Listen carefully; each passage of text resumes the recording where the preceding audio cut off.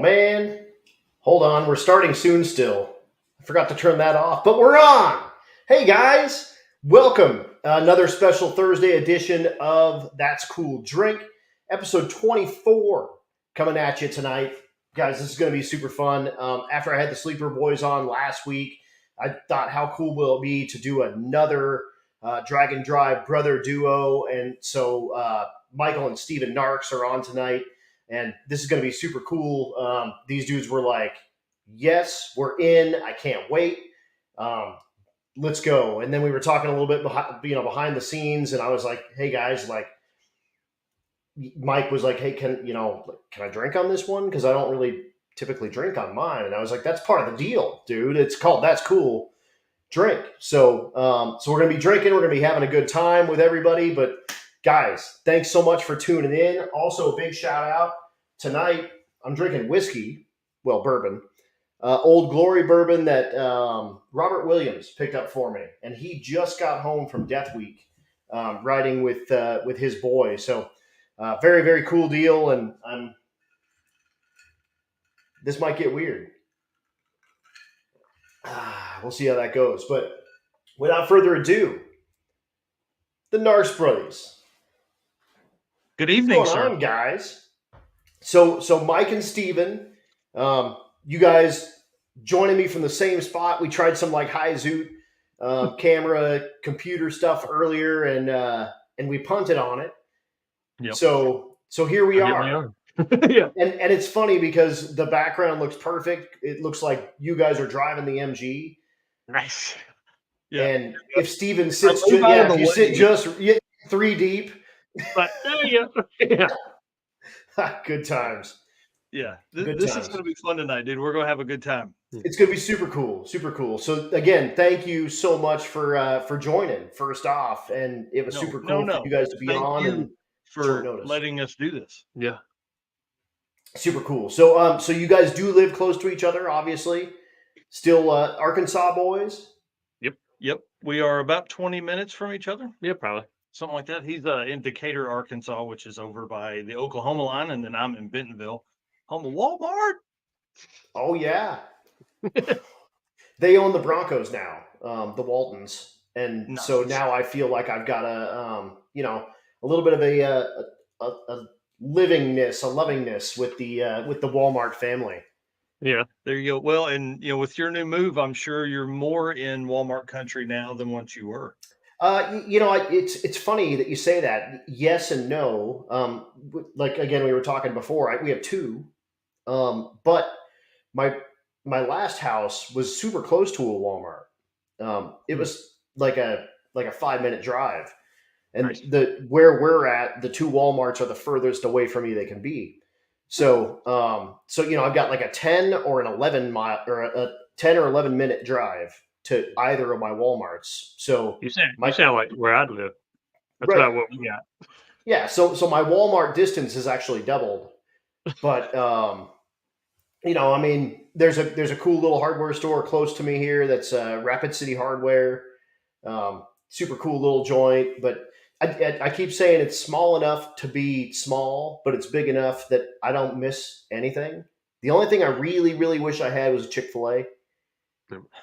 But past that, like, man, I got Taco John's. I mean, right there. There's Culver's right there. Like, that stuff I don't have at home. So, yeah. You get 2 for 1 that way. Yeah, exactly. So, no, I'm digging it a lot, but I wanted to thank you, Mike, for including the Bandamere shot on the Drag and Drive background. When we were doing our high zoot stuff, you guys were going to each have your own background. Mm-hmm. So we just threw yours on the back of this. But thanks for that. I'm wearing the RaceWeek Bandamere shirt tonight. So that place, it was cool to race there one last time. It was awesome to race there. Yeah. So, yeah, it's definitely a top 2 track. I'm sure we'll talk about RaceWeek here in a little bit, but like it was a top 2 track for me for the year. And I've been doing a lot of tracks. We'll talk about that too here in a little bit because I did all that. Yeah, totally. Of the top 2, what would the second one be? Bristol. Okay. Yeah. It's pretty cool to race down into the valley, or well, I didn't race there, but seeing down into the valley there and the way they lay it out. I mean, it's just a top tier facility, just like Vandermeer. It's awesome. It's awesome. So let's get to it. So who's older? I am by a little over 4 years. A Okay. little under 4 years. A little under 4 years. Yeah. And so I took a lot of the early beatings and then figured out what to do right, and then he took a lot of the after beatings. Yeah. nice. Nice. They're always just finding some way to Yeah. Exactly. figure out you're doing it wrong. Well, and he probably won't admit to this, but he's pretty competitive when it comes to me, especially when we were kids. So a lot of the stuff that I did, he did one more or one better or Hell two yeah. or three better. Really, I've always been like, yeah, I can do it. I can do it a little bit better. Watch this. Here, yeah, check this out. Hold my beer. Yeah, that's exactly right. So, tell us the history. I guess we'll start with Mike since you're older. Why are you guys car dudes in the middle of Alabama? Where the hell are you? Arkansas? Yeah. So we grew up in Northeast Arkansas, where the roads are very flat and very straight. So as you are driving along, if you're with like a younger uncle or an older stepbrother, you can go fast. You can do things like that. You can go fast for long periods of time. Yeah. And so there was a lot. I would say for me, there was a lot of street racing type stuff. A lot of friends with cool cars. But even as kids, we tore bicycles apart. Oh yeah. After our parents got divorced, I was 10 and he was 6, and so part of our deal with going to the grocery store with our mom was that she'd let us get a Hot Wheels, and that, I don't know, that probably really started it. Right. To be able to do that and see the cool cars and all of that, and doing like the models and stuff like that. Yeah. Yeah, we had a ton of model cars. So our mom contributed to that, like Hot Wheels wise, and then our grandmother on our dad's side really would take us anywhere. If we wanted to go to a car show, she would run us there. It didn't matter if we wanted a model car, she'd get us. Yep. All that kind of stuff. So, yep. Ed Hohenberg, he's NHRA stock on YouTube, says Hot Wheels ruined all of us. Yeah, 100%. It's funny. The meme that says, everybody's car addiction started with 97 cents is so true. And it's 100% true. And I put them in my vending machine at work, and they started selling, and it turns out it's all the guys at work. So all these dudes at work all of a sudden have. I don't have that one. Yeah, I don't have that one. Oh my gosh. I bought one today, like in Walmart, and then behind this green screen is about 150 on this wall, and I've got another 300 on the wall out there in the shop. Hell yeah. I still buy them. Right. But I probably need to buy them and make Linky start picking some out, but I don't ever try to take him down any of the toy aisles. So I'm like, nah, bro. Yeah, ain't got money for any of that, but not yet. But we got some car stuff. Hold on. Yeah, exactly. You want a race car? Yeah, I'll a couple of oil filters and a couple of jugs of oil. Yeah, I got that. Yeah, exactly.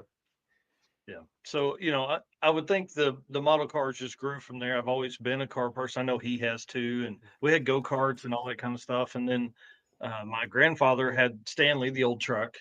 So we had that truck that was around all the time. And that became my first vehicle. So that really pushed the car modification forward for everybody. Like it had a 283 and a 3-speed, and he would tell stories of drag racing this car in like Southern California. So it was pretty cool to have that part. And then the 283, high revving, right. All that kind of stuff that goes along with that. So then look at that truck. It becomes my first one. We all drive it for a little bit. And then, that truck's of course gone more ham now. The problem now is I'm like, hey, give me some stuff. I can get it worked on. No, we'll wait till later. Yeah. Come on, man. But you guys still have it. Yeah. Oh yeah. Yeah, it's right outside the door of the shop right now. So it's where it's been sitting since April of 2022. Yeah. I got busy. That's not that long. 2022. That's not. That's not that long. Like it might still even have good gas in it. Yeah. But yeah, probably. You're not running E on it. No. Yeah, you got good gas. Yeah. So it would still do burnouts if we needed it to. But man, since then, we drove that truck to here, back to Blytheville in Northeast Arkansas several different times. The one time that I remember 100%, probably about 2 times, I guess, is when I told you I was going to lay down and you smoked the curb and you like sent across like 4 lanes of traffic. Yeah. I was like, all right, I'll never lay down on you again. And he still doesn't sleep in a car. No. So, but it was great. You scarred him for life. Great job. Yeah, he's laying down, and how old are you? 16? I'm messing with him, right? And it's got the big steering wheel, no power steering or anything like that. And there's like this tall curb on the right, and I snatch it, and it sends us across 2 lanes and a turn lane into the other side over there. So yeah. Of course, he probably slides over into the floor, and it was a good experience. We had to pull over for about 15 minutes to catch my breath. And just kind of. Yeah. Whoa. Yeah. And so you would have been about 16. So you would have looked something like this. That's He was 16 or 17 because like I know I was little. That's an old picture right there, but that's my high school picture. I appreciate you bringing that up. How long ago was that? My 20 years this year. Golly, so yeah, I graduated in 99, so 24 years ago. It happens. Yeah, it's like you don't ever think about it, and then all of a sudden you're like, "What's like?" I thought about mine a couple of months ago. I'm like, I've been out of high school for 20 years. It's like holy crap, man! Not right. It's not. It's just time. It just happens. It's like you're 20 and then you're 40, and you're like, hold what up, just happened? What the hell just happened? Mm-hmm. The vintage yearbook photo.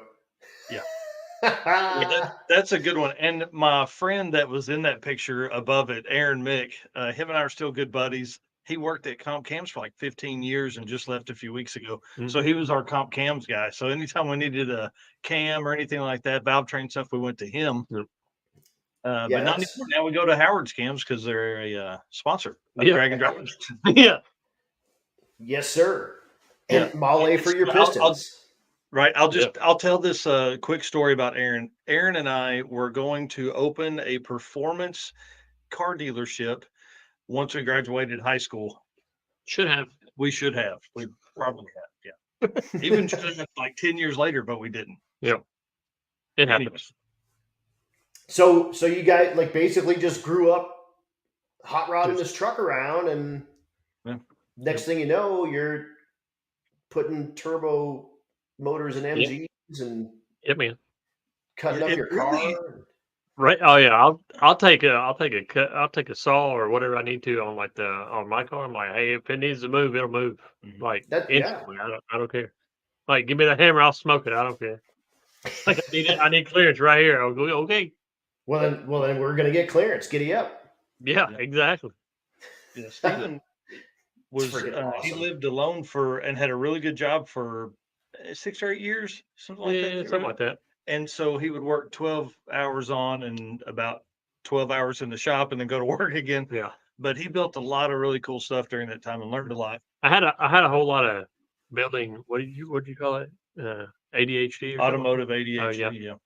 I'd build something and be like, probably 50%. And be like, I don't want to do it anymore.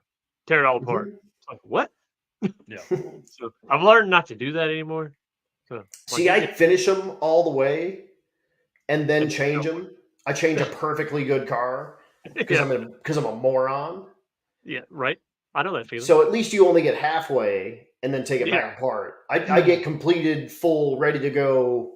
Hey, look, it like works, and it might be worth more than a couple of dimes now, and and then I'll just take this apart. Yeah, this motor needs to go in something else. That's what it is. Yeah. So that's typically the way that works. Yeah, over the years, Stephen had some fun stuff. Had a Volkswagen Beetle that had like a 3.8 liter supercharged setup in the back of it. Cool. S10 front suspension. That was kind of cool. That was one that was really close to being done. Yeah, sure. That's the one I should have kept. Yep. And what you had he built an S10 literally in 5 weeks. Oh yeah. From dragging it out of the middle of a field to bringing it up here and making passes. Yeah. Just a little regular cab That's for one of their shootouts. Like, man, I come up a month ahead of time and drug it out of the woods and went home and, dude, I'm talking about scrapped weight off that thing. There was no bed floor, no window, no like door seals or nothing. Just if it doesn't make it go or stop. Well, and then they were like, well, you got to have a window. So like there was a bolt through the window, like on the holes where you bolt the windows in. So like I'll just shove it up and throw the bolt through there, and I'm like, it's on there. There we go. I couldn't tell me. I was like, it's on there. You can't tell me it's not there. So yeah. But it was for real, like 30 days though. So, and I was still working 60, 72 hour weeks at that time. Yeah. It was pretty crazy. I don't sleep very good. Well, you certainly didn't then. Yeah. It's about the same now though, really. So I wake up about 6:30, 7 every morning and run into about 1:30, 2 o'clock every night. So still, I feel like if I don't ever slow down, I won't ever catch up. I get you. It's like, yeah, whatever. Right. It usually catches me pretty hard on Sunday morning. It's like, hey. Yep. Hey, lay here and just. I pulled an all-nighter the other day. I was like, whoa, I ain't done that in a long time. No thanks, man. No. I'm 44 now, so. Man, you just get in the zone, and it's easy to keep working. So I get it. Sometimes. I get that for sure. Yep. Yeah. So. Yeah, so we'll get to all that stuff, but Stephen essentially owns and operates, a custom shop now, which is the dream that we wanted forever, and he lives it now. And it's so when he says he works that much, he works till like everybody gets home, sometime running and grabbing the kids, and then he will come home, make dinner, put everybody to sleep, and then goes back to the shop. So. That makes sense. Pretty committed. No, that way I can spend the time with them and get everybody to sleep and stuff like that. So and still actually get some stuff done. Yeah. Usually when I go back out at night is when I'm trying to work on my own stuff. So makes sense. Yeah, that way I ain't got phone calls and messages and stuff like that all the time. So. And is the shop is Narxeleptic? Mm-hmm. Cool. Yep. So I've been full time at the house for probably 2.5 years now. Probably. So about 2.5 years now. So I was working at another performance shop and he was like, hey, we're closing up. I was like, sink or swim, I guess. Perfect. Here we go. Yep. Yeah. We technically became a business way back in like 2016. He had spent a lot of money, 2012, I think. Yeah. Had spent a lot of money on a bunch of tools. And I was like, listen, if you're going to keep doing that, let's write it up. Tax breaks. Yeah. Yep. Make it a company and let's go. Yeah. And so we haven't looked back since then. And it takes that time to do that. Totally. So Stephen, kind of backing up, I guess, you're watching your big brother here crash his freaking truck and whatnot. And you're stupid too. Because you just watched it all happen, and then you were like, "Well, that seems fun, and I want to do it one further."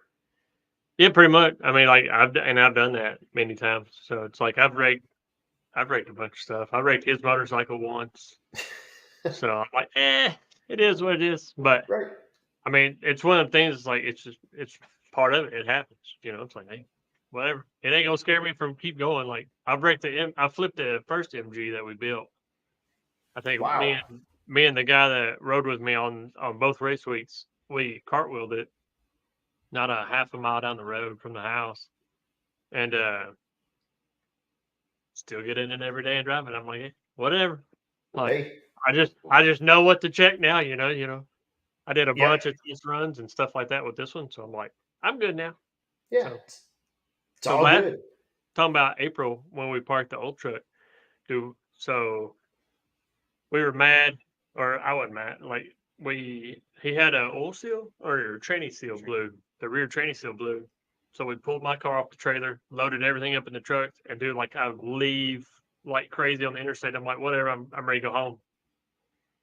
We're about 70 and the top bolt comes out of the control arm. Oh. It's like, well, yep, been there before. And no, it just kind of like you're just driving and just go, it's like, oh no, here we go. to the side of the road. And we stole a bolt from the shock, I guess, or from the coilover, and zip tied it all in and put it back in the controller. And I drove on home. I'm like, yeah. If it breaks, man. So I get it. At least I got better brakes on this one than I did the first one. Hell yes. But no, it's just I don't have a whole lot of fear on like the car side of it. It's just like it is what it is. So well, I mean, like, let's be honest. That car has a full cage. If you flipped it upside down, you're gonna land on a roll bar. It's got yeah. Okay. The other one did not have all that. Like we test drove the other one with no windows, nothing. So we probably shouldn't have test drove the other one, but it is like what's crazy is the first test drive did great. And I was like, man, we'll put it up. And it's like 1:30 in the morning. Me and Blake. I was like, we'll put it up. I was like, man, we'll just go down the road real quick and come back. And it wasn't a half a mile, or wasn't a mile and a half down the road, and steering come undone and put us in the ditch. So for like the next 3 hours, we're fighting to get it back to the house. So flipping it over and all that stuff. So right. But did you drive it back? Oh no, we had to. There it is, right there. Michael's pulling it up. Well, I guess he can't. I want to send you a picture. Oh, sorry. Him messing with the screen's throwing me way off. Sorry. It's okay. So, but so I think the weekend after that we went and got a new one. I went and got the other one. Yeah, that I have now. So, but yeah, I mean, like it's just, it is what it is. So you guys both here. I've got it up here. Let's share this tab instead. Bam. There it is. So that was afterwards. And this car was, I mean, it was nothing like what the car that everybody knows him for now. No. This car was all factory MG suspension. It had a cut down 8.8, but yeah, everything else was factory. Factory springs, factory front, 1/4-inch plate, disc brakes, basically what was on the front of that thing. And that was it. Everything else was factory. Wild, man. Yeah, it was pretty crazy. He had built that car for probably a year. It had taken him because you'd built the S10 in that time that we talked about earlier. Yep. And then that happens. Neither one of them wearing a seatbelt. Yeah. Right. So we truly are really lucky. Yeah, we didn't have helmet on, seatbelt on, nothing. It's kind of like pro running. No. We just kind of like, I guess we just slid down into the seats, and like the car's so small it just kind of holds you in there. Hey, so I mean, if it works, right? We made it. So yay! Exactly, right?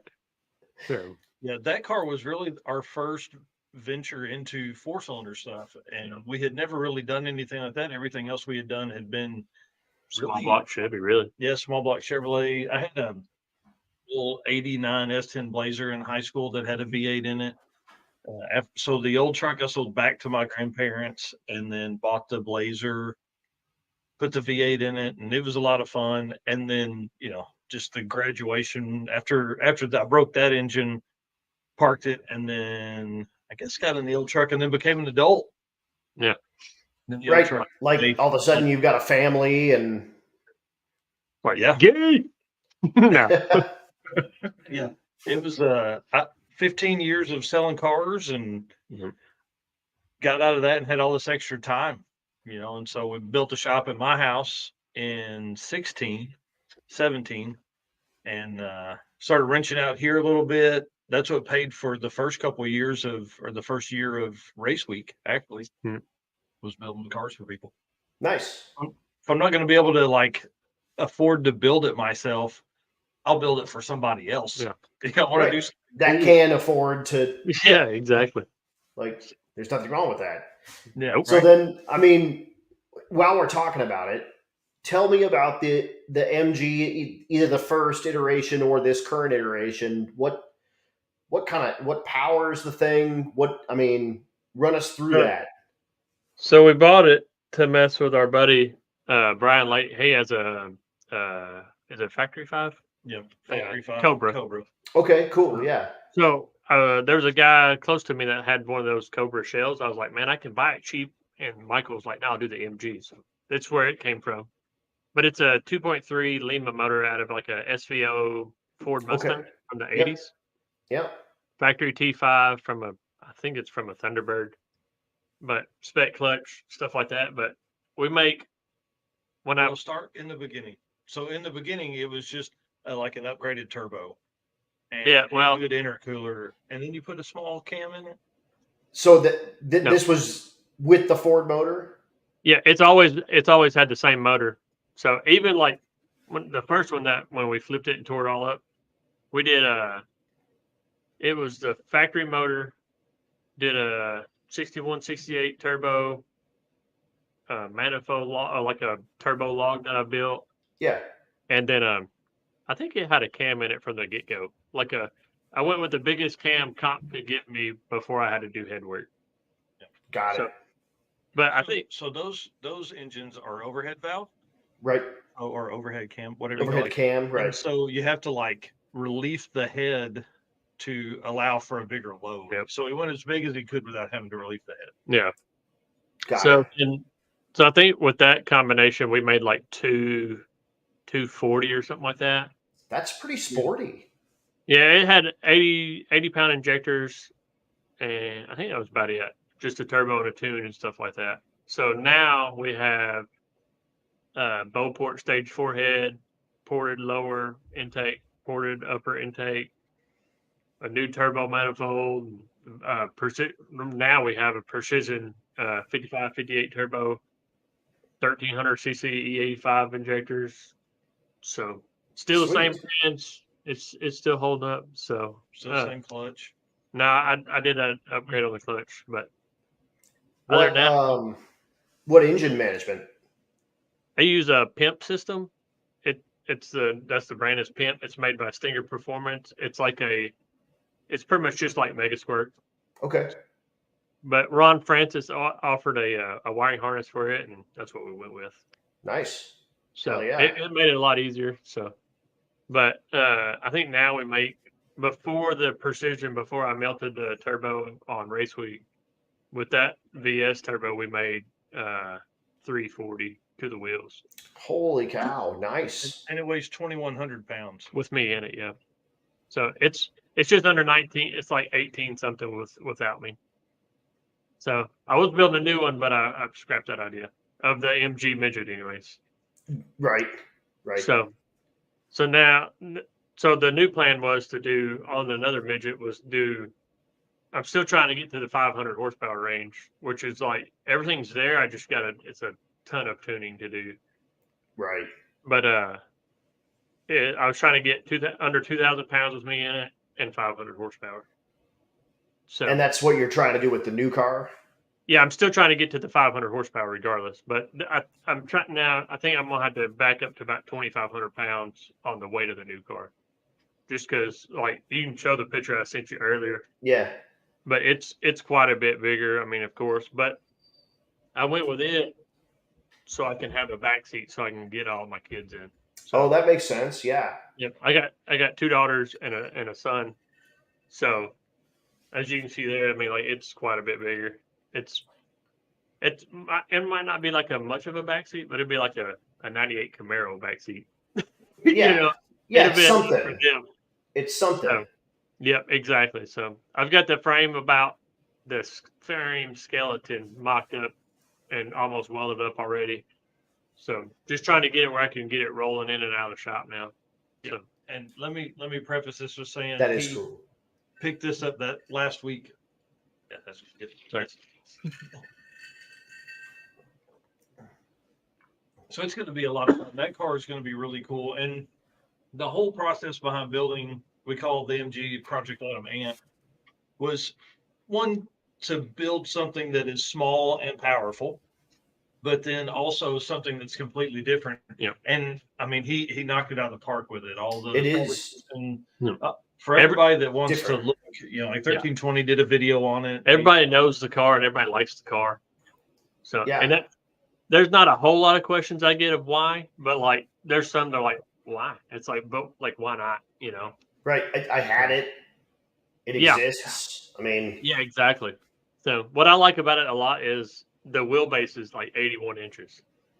So if I could have made the 500 horsepower in that car, and I might still be able to before I tear it all apart, it'll be a rocket to try to keep a handle on it.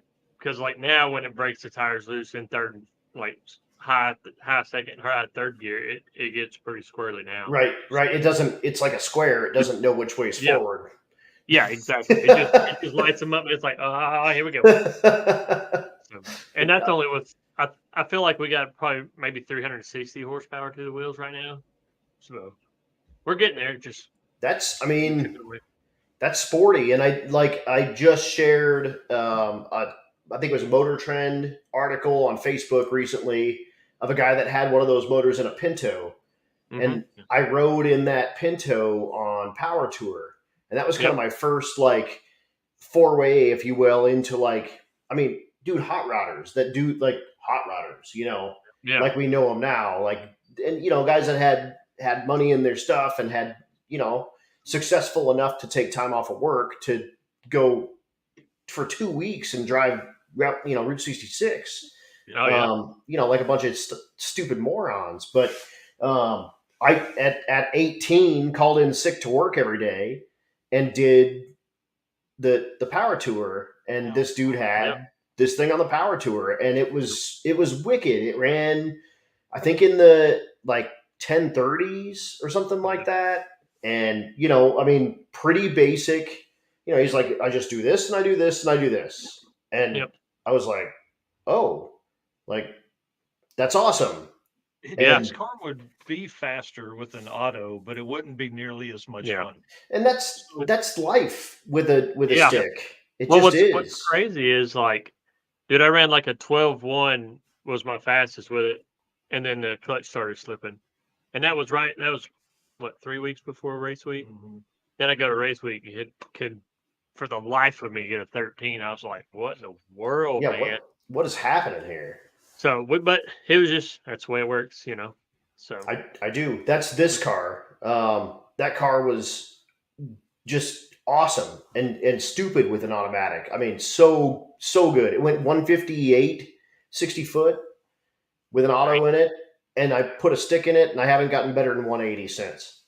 I finally got like a 191 or something like that. I was like, that's amazing. I hadn't been able to get under a 2 in forever. Yeah, it's crazy. But there's some guys that make the guy that built my head and the lower intake. He's got one that makes 630 or 640 horsepower, and then there's some other guys that there's one guy that's got one that's like 780 or something like that out of a 2.3 turbo motor. I'm like, I'm in. So, yeah, you know, probably on methanol and stuff, but like, who cares? Yeah. Well, and the struggle Steven runs into with that car is once you start drag and drive thinking, right?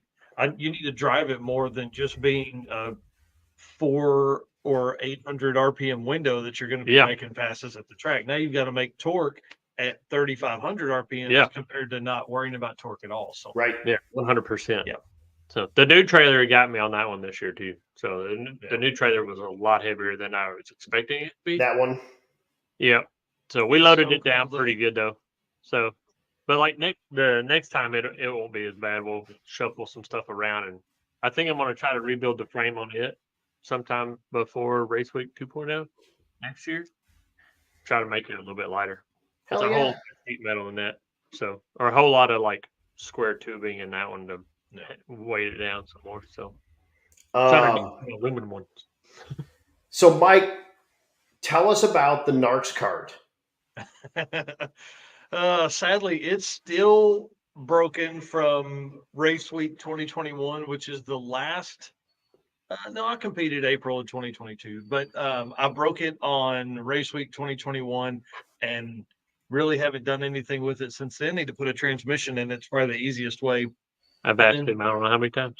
Well, and then we're giving that car away for the circuit. I intend to make that announcement the first part of December. We're going to draw a follower on our Instagram for Narx Elliptic Customs on Instagram, and we're going to give it to one of them, and they're going to get free entry into the circuit 2024. Nice. The NarxKart was a 93,000 mile, never smoked in, crashed Grand Marquis. Beautiful car. It was great. Light blue. It's perfect, old man. Literally bought it from an 83-year-old man.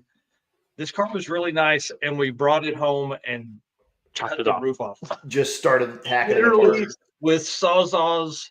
Had some buddies over. Tim James came over. Matt Monroe came over. Were you here that night? Mm-hmm. Yep, Steve was here. And we literally sawzalled the roof off. I mean, and then ran it with just the B pillars for a while.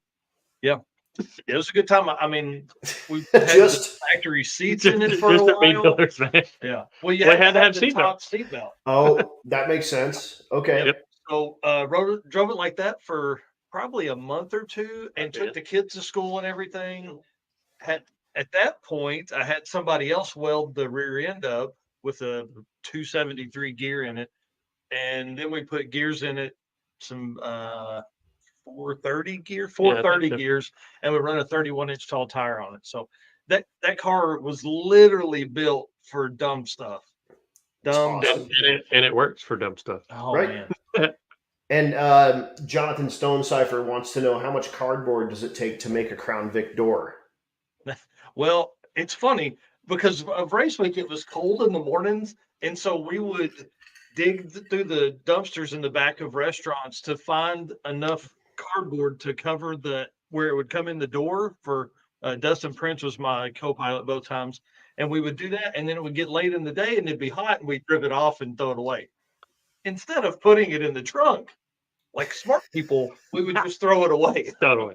It's fine. There's always more. Yeah. Cook is asking, is it keeping the 100 shot? Yes, of course, it's going to keep the nitrous in it. And then it also has I gave $150 for a GT45 turbo. So we put Cobra injectors in it. And then Robert Lee, who used to own the shop that Steven worked at, he put a tune in it, and that was it. But like being an 03, it was like the chips you burned. So literally burned the chip, and then we put it in, and I don't know, it survived for a little bit, but the RaceWeek trip was a blast, right? So it was the first year we pulled a trailer. Highly recommend that. Yeah. We're cruising along. I lost overdrive on our trip. Yeah, but you sprayed the nitrous and then didn't, like, through the shift. Well, no, listen, here's the thing. No, listen, I didn't listen here. This is how I messed it up. This is how I screwed it up.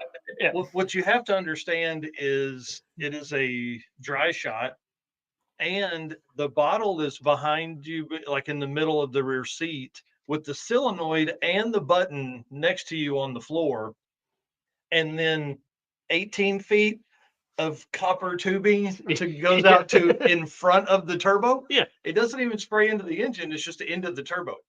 So it probably does nothing. But on a cool night, you can pull that copper up a little bit and like purge this kit, and it's amazing. But with having that far, amazing, he says. Yeah. With having that far of nitrous in the tube, if you go to let off the button, there's still nitrous going. Yeah, it doesn't stop for a while. Yeah. So I did that through the 2-3 or the 3-4 shift, trying to run. I think we were trying to run a 13 at Oklahoma City at Noble. And so we lost overdrive as we pull into Ennis. So we have no overdrive. No big deal. No. We had made passes, and I did it at Ennis. Yeah, you did. Yeah. It was like one of the last passes. We got an early pass, and then Doug sadly scraped the wall in the Nova. And so we wanted a second pass, and I was like, if we're going to get a 13, this is it right here. And so I just held it, I let it get into second because Blaine told me to wait till second gear and just hold it. And you got to listen to Blaine. Yeah, dude, he knows. He did. He's a freaking crew chief. I mean, yeah. And so we lost overdrive the next morning on our drive from Ennis to Tulsa. No big deal, no problem. No, was it Tulsa or was it to Mid-America? When did we go to Mid-America? After Tulsa, because then we changed the transmission fluid. Oh, yeah. I eased down Tulsa. We lost like what I would say is half of first gear. Okay. This morning. And so like anytime you would come to a stop, dude, he was running so fast. It would go, boom, and just then pull like normal. So it would do 1, 2, 3 fine. I would turn the overdrive off on the button and we'd cruise along. No big deal. We get through Kicker, we get through all this stuff. And then, wait, no, that's wrong. Did we start Race Week 22 in Tulsa? Because it was we were in trouble in Oklahoma City because we were trying to make it to Kicker. And we were on the back roads and the gravel and all that stuff. Right. And I ran, I'm telling you, every stop sign. And it would just be rolling. I'm like, man, we can't keep up. If there was no cars coming, I was going through it because we couldn't stop. I was afraid we were going to destroy it right there. Yeah, because we were going to Mid America when we destroyed it, or leaving Mid America going to Tulsa, I think, or Oklahoma City. I don't know. Oh, Stone Cipher says it was 21. Yeah, it was 21. Yeah. That's when I broke on the way to Oklahoma City with my steering shaft. Yeah, hang on. We gotta get through the car first. We gotta do the car.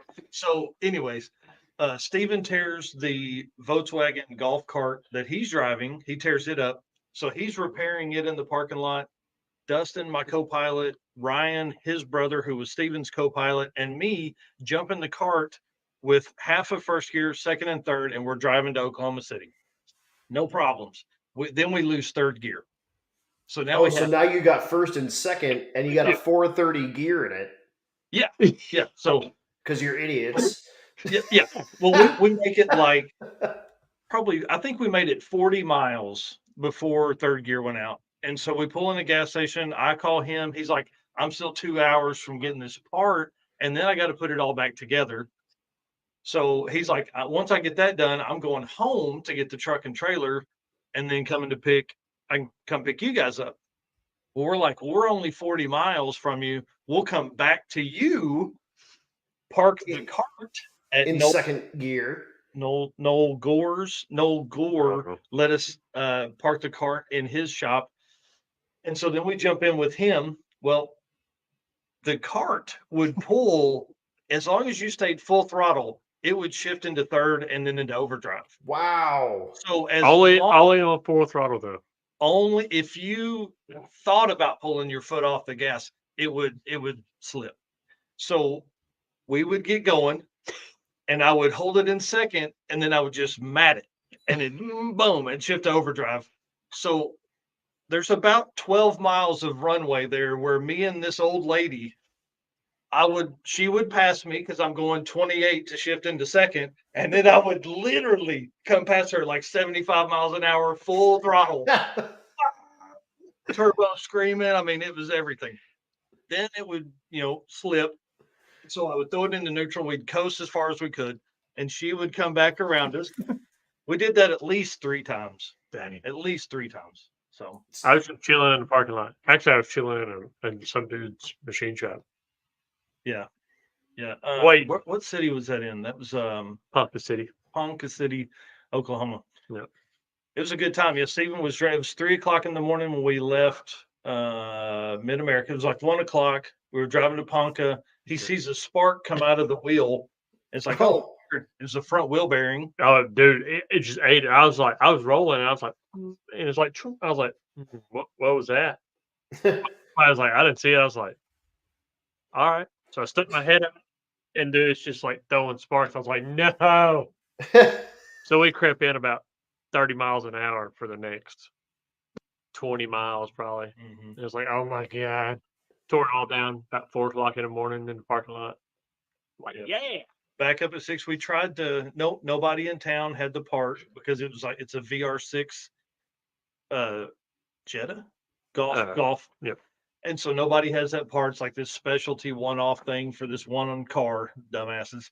Yeah. And nobody had. Well, there's 2 rental car shops. Well, they have the part in Oklahoma City. So we're like, dude, we'll bomb to Oklahoma City in a rental car and come back. No big deal. It'll be great. Nope. Nobody has rental cars either. So he takes all the parts off. We take it to a machine shop down the road that this guy's dad had owned. And this guy's going to retire and he's 70. Yeah. I mean, it's really cool to meet like a local legend, that's been there forever. Yeah. And somebody brought it up to us or something. Yeah. Another RaceWeeker or Road Weeker brought it up from Oklahoma City, from the warehouse, brought it up to Ponca for him to fix it. And during that whole time is when me and Dustin and Ryan are headed back, trying to figure out if we're going to make it or not. So it's pretty wild. And then, dude, four grown-ups in a Volkswagen Golf with the trailer, it bottoms out a lot. I'll bet. Well, it wasn't just that; it was a Volkswagen Golf cart. Yeah. Hold on, I'll send you a picture. For folks that have followed NarxKart Customs for a while, they probably know the car, but yeah, we had the two carts that year. Yeah. Oh yeah, it had that was the one that had the crazy exhaust, right? Yeah. Yeah, that I just got done building, like right before we went. So. That's awesome. Hell yeah! I tried to take the MG that year, and that didn't work out. So, yep. Yeah, because you rolled it. No. That's when the steering came off. You said the rack and pinion broke. Yeah. So he had at that point he had done like a front suspension from a late model dirt track car. So the rack is, anyways. Yeah. So here's we spent the weekend there. So then there's four of us in this car driving 200 miles back home. And dude, I was rolling. So when we broke down at Mid America, we were changing the training fluid, and the other people gave us the wrong filter. Dude, I think we were running 100 back to O'Reilly's. Yeah, because it was like 12 minutes till O'Reilly's closed in Ponca. We were on the phone with them. It was like, please stay open. I'm on my way. We'll be there just a minute. I promise. So, that's wild. A lot of good times. Well, when you get it fixed, you can bring it to the Mod Nationals, which I'm also announcing for in Bradenton. Oh, yeah. When is that? Veterans Day weekend. Oh man, like in 9 days? Yeah. So just get a transmission. You can get it fixed. Yeah, no big deal. Halfway across the country. Dude, you just go there and no, I can't. That's the weekend at Southeast Street Meet. Yeah, it is. I'll be there for drive it to Street Meet for Drag and Drive Addiction. Just drive it to Street Meet and then go down. I can't. Street Meet ends on Sunday. Okay. Yeah, it's not going to work. Unfortunately. Dang it. You drop me off. No. And you drive down to the mall. I was going to say, what's Steven doing? Yeah. That's a wife's birthday. Hey, honey. Bring her along. Hey, you ever been to Bradenton? Yeah. Not in the cart. She's about. The cart really has been a lot of fun. We'll build another one once it goes away and I have a little time apart, but we'll build another because it's been a blast. And his son is 2.5 now. He hasn't experienced that car, so he doesn't know how crazy it is. But there was a point where I used a throttle body from another Mustang, like another V8 Mustang, as an exhaust cutout, and literally ran like a coat hanger rod down to it. And you could hold it up. Yeah. And it would just be open, and I melted it open. It was just open. Yeah, we were on a cruise night, and I literally opened just on the limiter. So I don't know if the whiskey did it, but you guys just got out of focus. I know. There we go. Hey, all right. Like if it moves at all, it knocks it out of focus. It's like, this is some kick-ass whiskey. I had to get that more often, huh? Holy moly! All right, well, we're done then. Got work tomorrow. Right? Y'all do. I don't. Yeah. I do. You do, but you don't. Yeah. Let's get into that. So let's hear about how we ruined you. And your entire life goal of wanting to work for a corporate America for the rest of your life. But no, for real, like, how'd you get in? How'd you hear about RaceWeek? Why'd you go? What's going on? And then, lead us into the rest of your life right now. Oh man. So I want to blame everything on Jonathan Stonecipher. He truly is the reason I'm in this.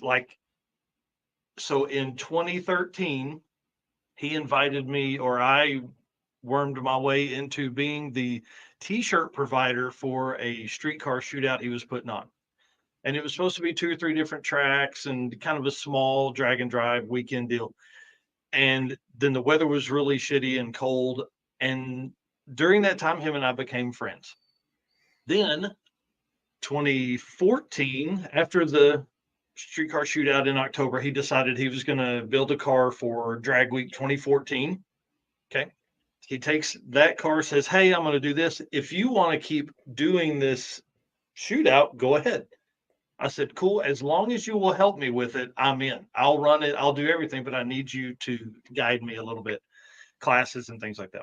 Right. Let me get people. So then, we fast forward till February of 2020. I had been telling him for years that I was going to do one. Oh man, yeah, I'll do Drag Week. I'll do Race Week. I'll whatever.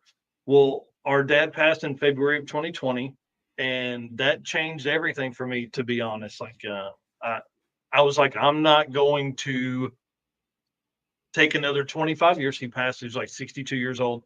I was like, I've got 22 years until I'm 62 years old. What am I going to tell? Because all I've ever done until now really was this one event a year and sold cars and worked my ass off.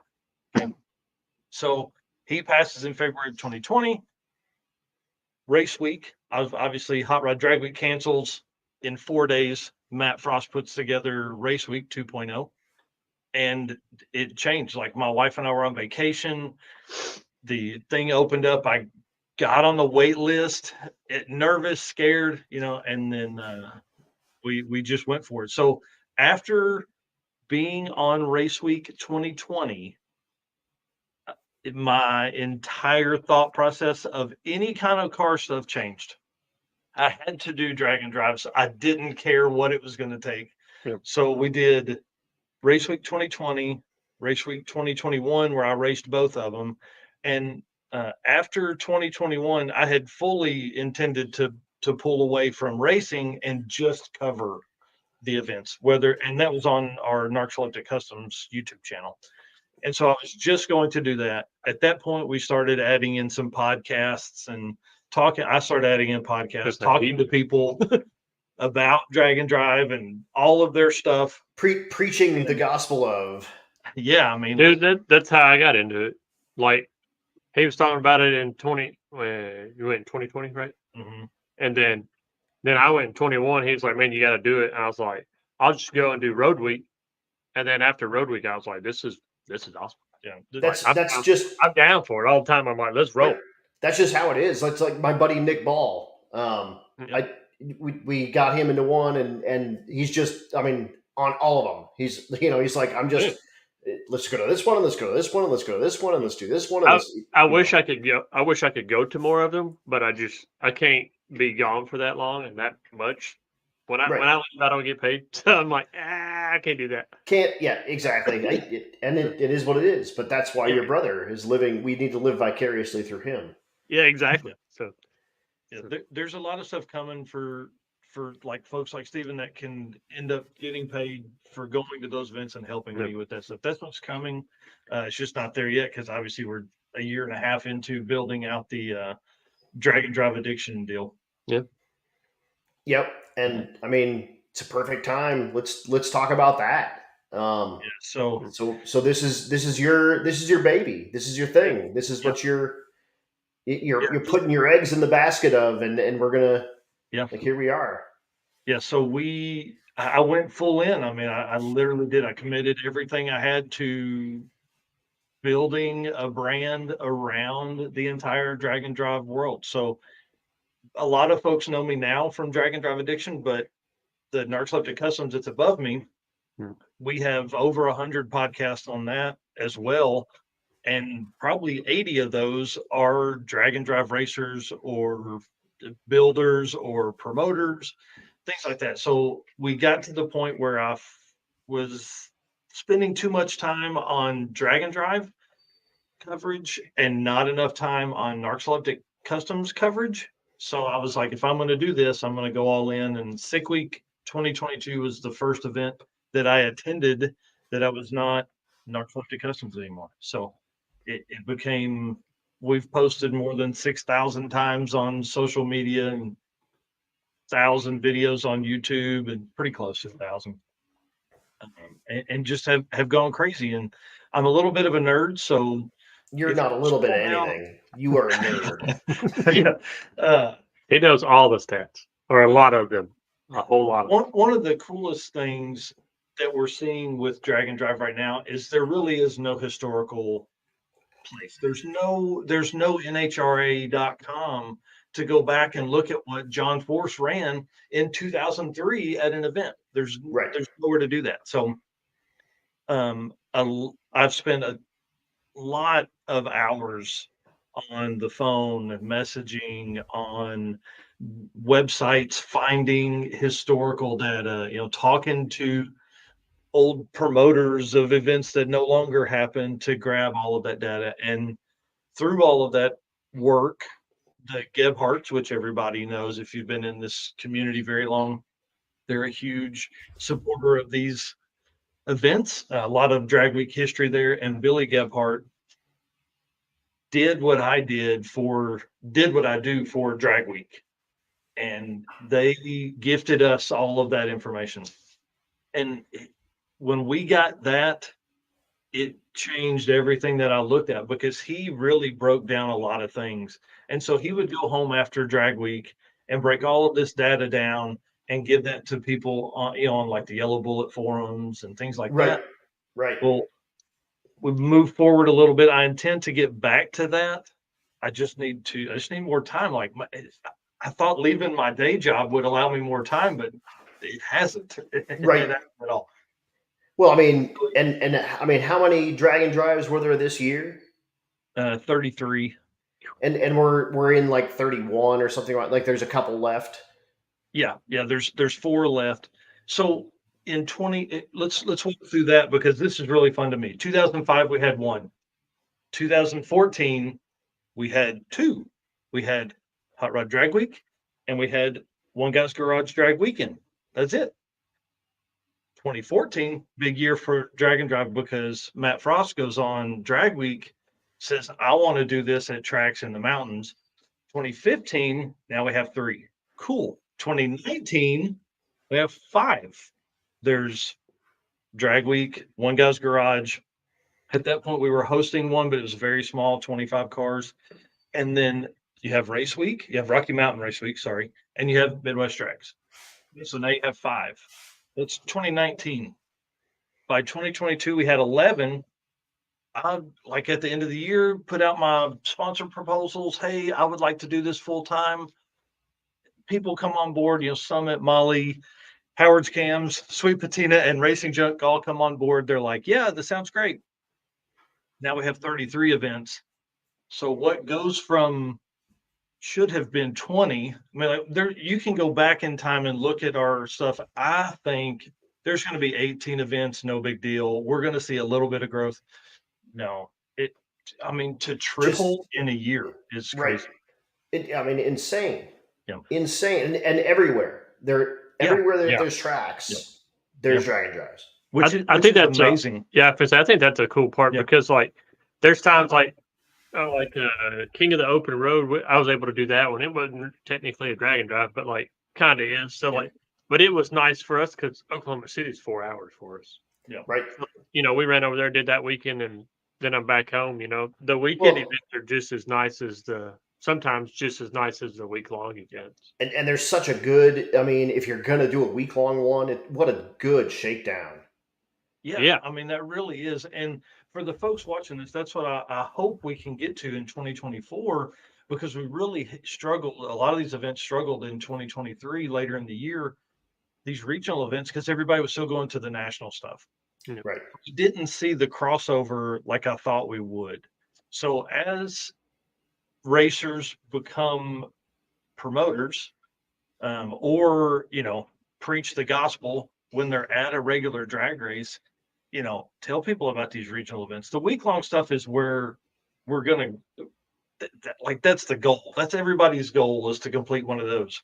Right. If you need a shakedown, that, taking your car on a 200-mile drive with King of the Open Road in Oklahoma City, or Tucson, Arizona, or Ennis, Texas, that's a great way to do it. Or for us, for the circuit, we did 2 race days. We did Friday and Sunday with 300 miles worth of driving in between. And that was in April, so it's perfect to get their car broke in for June.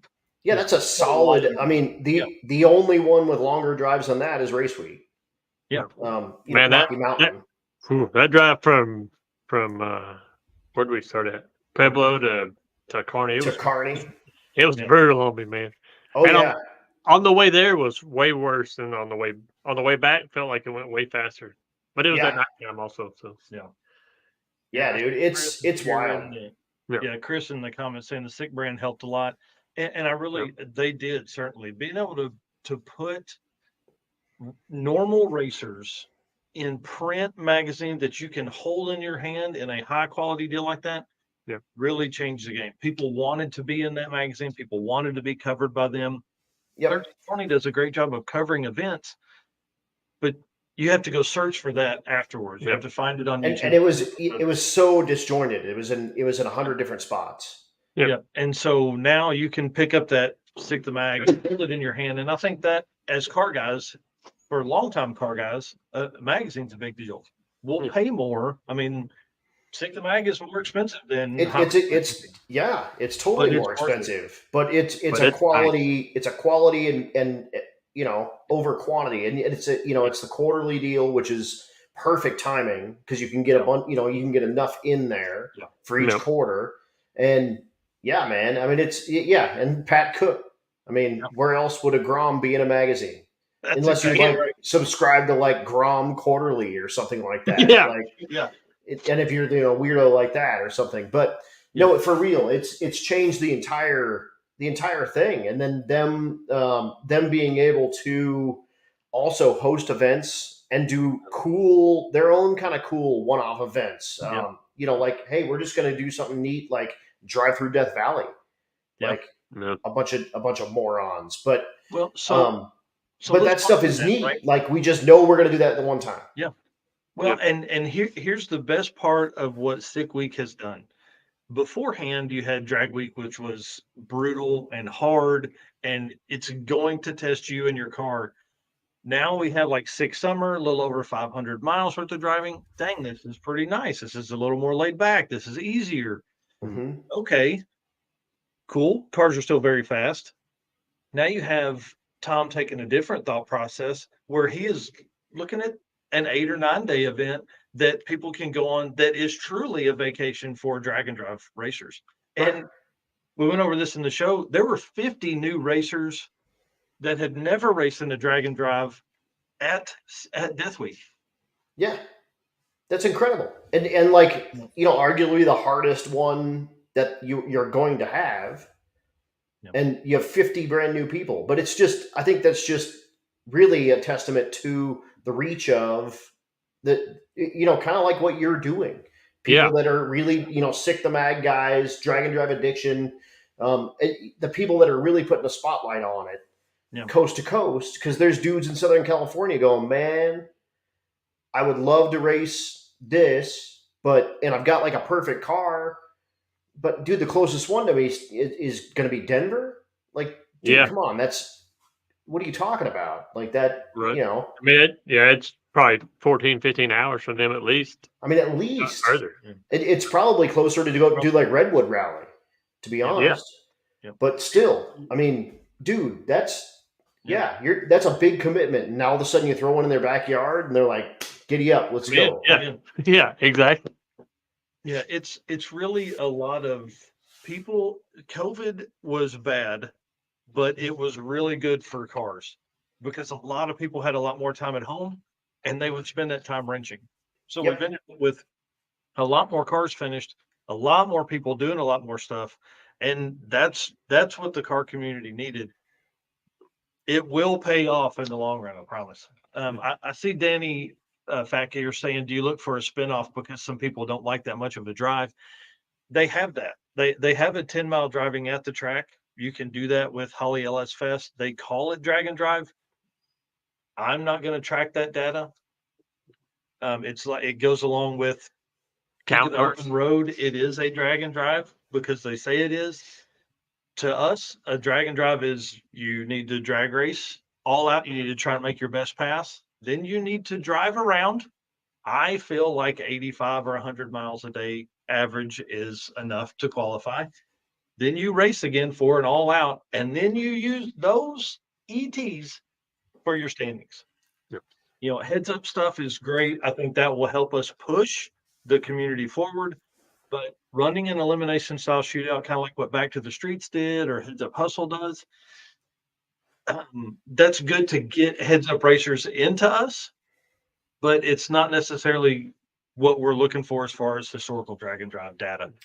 And that's all about the RaceWeek setup, because you get both, right? You get 4 days of ET based. I want my best ET. And then you have the heads up shootout stuff. Yep. So you get all of that, but you can't really do that in a 3-day event. No, and you totally can. Exactly. And even the shootout stuff has been fun to get guys that like haven't bracket raced, because I'm a bracket racer. Like, guys will talk crap on bracket racing, and it is what it is. I don't let it get me at all. I give a crap, but because I'm making you bracket race, sucker. But you got to be consistent.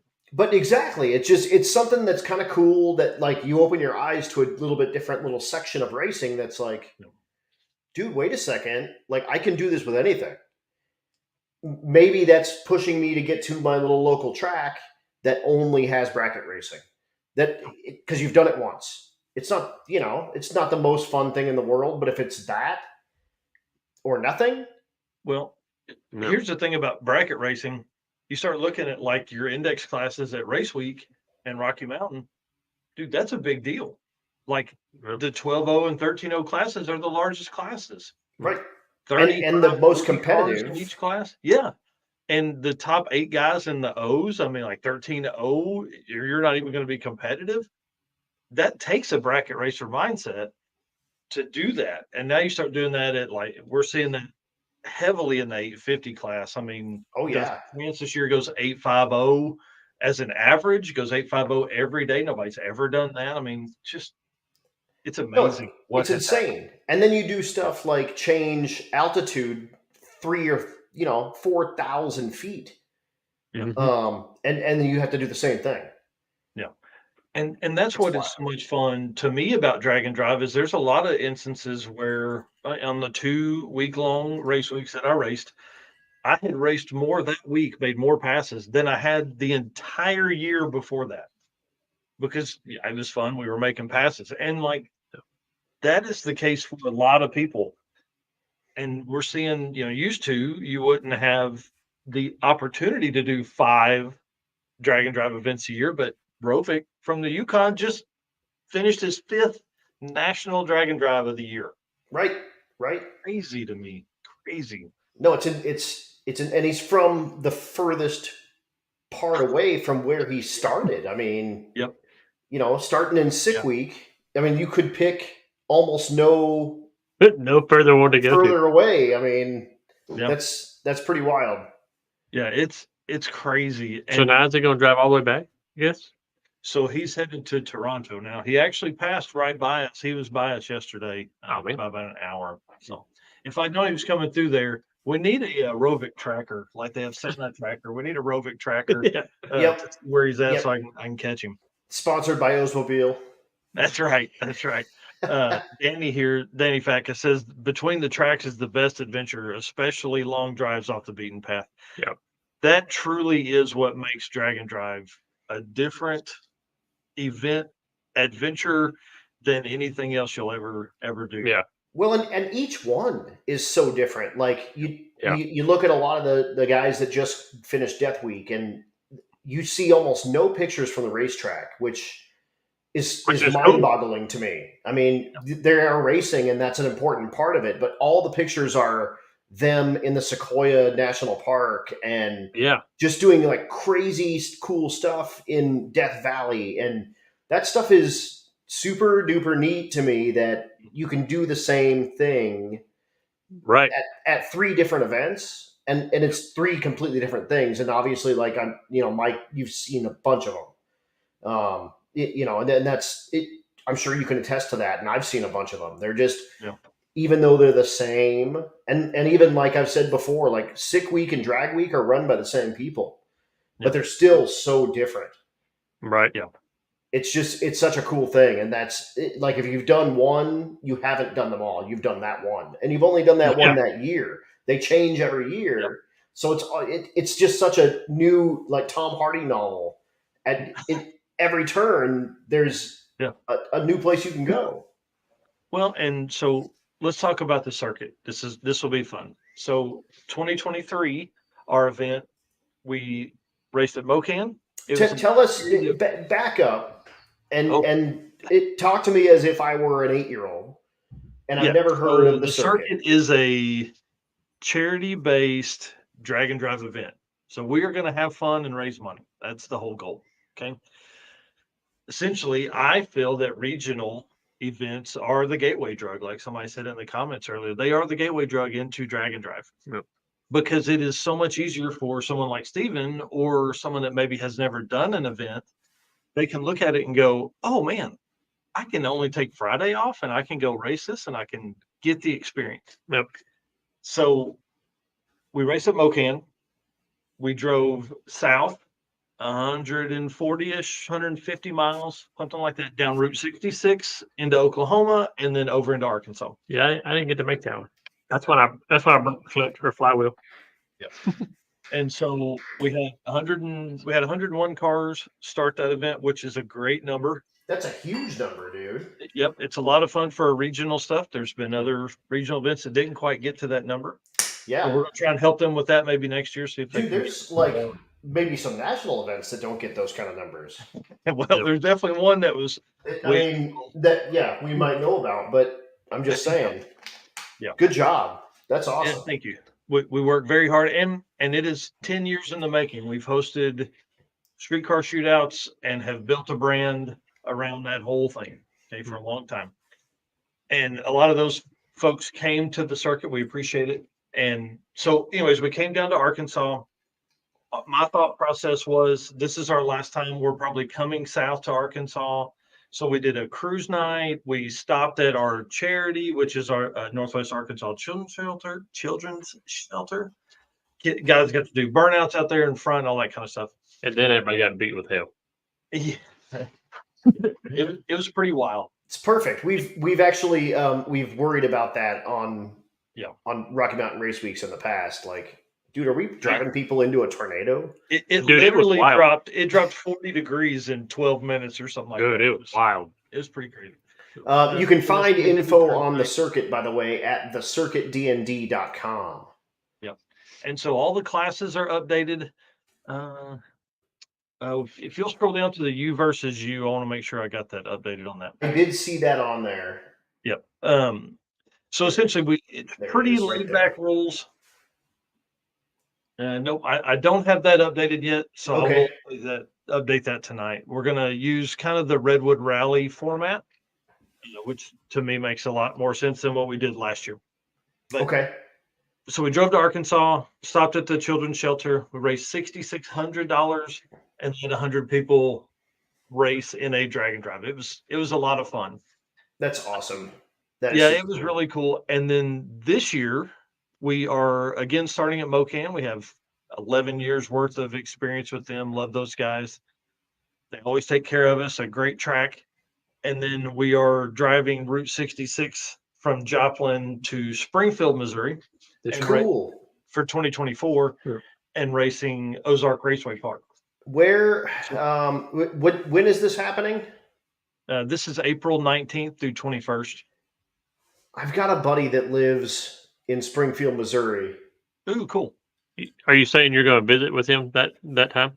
I don't know. Let me see what I can do. I don't get to do these, so I'm at a point where I need to figure out doing some of them, and that would be a little double whammy. Just let you know, I will not have the new car done by then. The plan is to have the new car done by 2.0. Okay. And so we take a approach a lot like you guys at Race Week, where it is a family. So our returning racers get early entry. They also get a discount on our. I know it's not something that's done a lot, but we wanted to offer the same price that they paid last year, even though we are renting a second track now. So little more expense there, but I think it's going to be worth it. Well, and I mean, with 100 entries, like, yeah, yes, I mean, I get it. You'll make a little less money, right? But it's going to be or a little less, I guess, this year to donate. Yeah, to donate. I'm sorry. You're good. Yeah. So we're doing a big pre-party. I've rented the lounge at like this 1930s fried chicken place. It's going to be cool. Awesome. And I think just a way for people to hang out, and then our route, again, we're going to loop around and hit a shop in Galena, Kansas, which is the Cars, maybe. Yeah, from Cars. It's like the whatever inspiration for the Cars movie for Radiator Springs. It's actually that. So pretty Pat cool. Cook is going to let me use the drum. Perfect. Yes, that is awesome. Bam. Yeah, that is cool. So it's going to be a lot of fun. So we've got some really cool route stops planned. And if I can land a sponsor for the racer experience,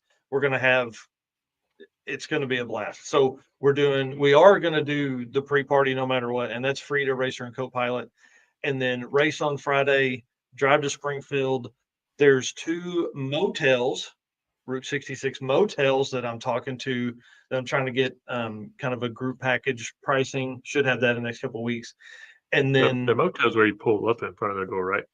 Yes. Yeah. Doors on the outside, walk up to it. Single story, like built old in school. the 40s, 50s. Like, OG, like with a key. Yeah. As long as it ain't got a quarter slot, we're good. Hey, listen, I'll just take on the bed. Yeah, right. Yeah. So we're doing that, and then we're looking at a lot of different places. We're going to do a big racer party on Saturday night, where we're going to have some kind of friendly competition. I really want to do go-kart races and maybe like some kind of tournament. I don't know. I think that'd be super cool. It's kind of like on RaceWeek this year. Yeah. When we had the extra time and guys were out go-kart racing each other and doing like that stuff is so freaking cool. Yep. Because you have the opportunity then to build that relationship with somebody that you may not ever see until next year. Yep. You're going to talk to them. You're going to become friends. You're going to hit them with your go-kart. You're going to drink beers with them. You're going to eat shitty pizza with them. Yeah, exactly. And it's going to be a memory that's going to be with you forever. And then we're back to Mocan to race on Sunday. That's awesome. That is super cool. And Mocan I've never been to, so that would be a new track for me. Yeah. Ozark, obviously, we went through on RaceWeek, but but that 61 years. That kind of I don't know. That's sounding like that may be something to aim for. It really is going to be a great time, and I'm sure there's something. We have a announcer already. I'd want you to. I want to drive. I want to. Yeah, I don't want to. I have plenty of announcing gigs, man. I don't. Because you just come have a good time. Yeah, exactly. I just need to have, like Matt went on Drag Week this year. Yeah. And he was mentioning, like, dude, it's kind of cool being back on this side and not having to worry about 325 people's nights. Like, dude, and he's like, dude, it's like the most stressful week that you ever gonna have, because there's 320-ish cars times 2, so there's 640 people that, like, dude, if they have a bad time, they are going to be up in your ass. So I mean, it's just like the whole time he's like, I hope they're not getting their shit stole. I hope they're not out there drinking and driving and crashing their shit. And there's just a lot of that. And so that's the hard part with the racer party, right? Because we're going to have coolers of beer. So not only do you have to have a cool spot to hang out, but it has to be walking distance to the host hotel. So there's like a lot of logistics that goes into that. I saw this. This is Jason Hurley, 100%. Like, it's a comment. Oh, Jason. Yeah, they had a great time. Sadly, we missed that one. But if you go one comment above that, Red Hat Scotty last year did a $1,200 challenge, car included. The ramen noodle challenge. Yes, it was absolutely insane. We're working through details now for this, but the budget will go up so we can build better cars or have better cars. But one thing that we are negotiating on, I really want these cars to be able to be auctioned at the end, because like, I don't want anything nice. I want something that's maybe on the edge, like a $300 Nissan Maxima with a button. It almost needs to be like a claimer class. So if you win, last place can buy your car for the amount that you claim that it is worth. Well, something like that. Yeah. So my thought is, and Scotty and I have had a lot of conversations about this, but I think you set a minimum, whatever the budget is. Say it's $1,800, $2,500, whatever. That's the minimum anybody can bid. Anything above that is donated to the charity. Right. You know what I mean? Like, that way you're not going to spend too much. But if like the owner of the car wanted to bid on it, they would just pay whatever is above $2,500. So if they wanted to donate $500 and they ended up owning their car for $3,000 worth of bid, they just give the $500. So I don't know. We're working out all the fun stuff, but I think there's definitely got to be some way to get screwed. Right. That's interesting for me too. I like that. Yeah. So we're really testing out a lot of stuff. There's a lot of events that do like the racer party type things and laid back times. So we're going to bring some of that into this and go to the next level on this event, and I'm excited about it. Super cool. That's super cool. Yep. And I still haven't found a charity to support for 2024 yet, because I don't know anybody in Missouri. But David and his wife, David Maxon's wife, Susan or Christine, I can't remember. Sorry. They have sent me some names, and I'm going to start interviewing those organizations this week. Cool. Nice. Yep. So, gonna get screwed just building the car that cheap. Yeah, I mean, and really what happened this last year was Austin Starkeybaum built a Fox body Mustang that he gave $700 for, and was a complete car, but it was a basket case. So he had to do real work to get there, and that car's probably worth $3,500 or $4,000. Right. But he only had $1,200 in it because of the way he took it and spent all his time and things like that. Like, that car is hard for me because I'm like, that's not really a $1,200 car. You know, and that's what I want to see, is some $1,200 cars that maybe have needed an engine diaper, because we're fixing to spray $200 on a right.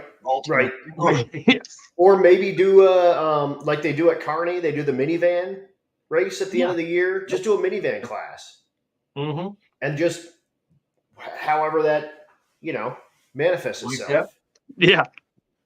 Minivan drag and drive. Then those dudes had a dude had a parking cone jammed in where the headlight is for like a Ram Air, and all the doors were missing. Like that. And it was good. It was super good. Yeah. And I think they ended up doing like a smash up derby with them at the end of them. But yeah, see, something like that. I want to do something like that. I don't know. That could be fun. Like, I don't need another piece of shit car, but I do need to build another piece of shit car to go compete against other piece of shit cars that maybe I won't need to bring home. That's what I'm saying. There you go. Just sell it on the way home. Right. Yeah. I mean, I hope it gets auctioned and someone else can take it home. Like, that way I can take it home. Yeah. Like the Grassroots Motorsports Challenge. In 2014, when I was at Drag Week, there was a 2014 Grassroots Motorsports Mustang there that they had built for that challenge, and it's like autocrossing and braking and doing all that sorts of stuff. But they don't really do. I think they do a drag race in it, but it's not like they do it like on a, with a draggy on an airport somewhere.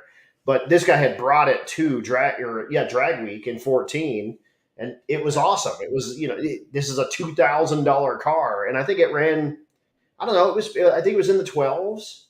That's fast. Which, I mean, yeah, dude. And it was, it didn't weigh nothing, but it had like a wide body kit and, autocross tires and shit on it. And this guy was having a blast with it, whatever. Let's talk about your history at Drag Week, because was 14 your first year or 13? 14 was my first year.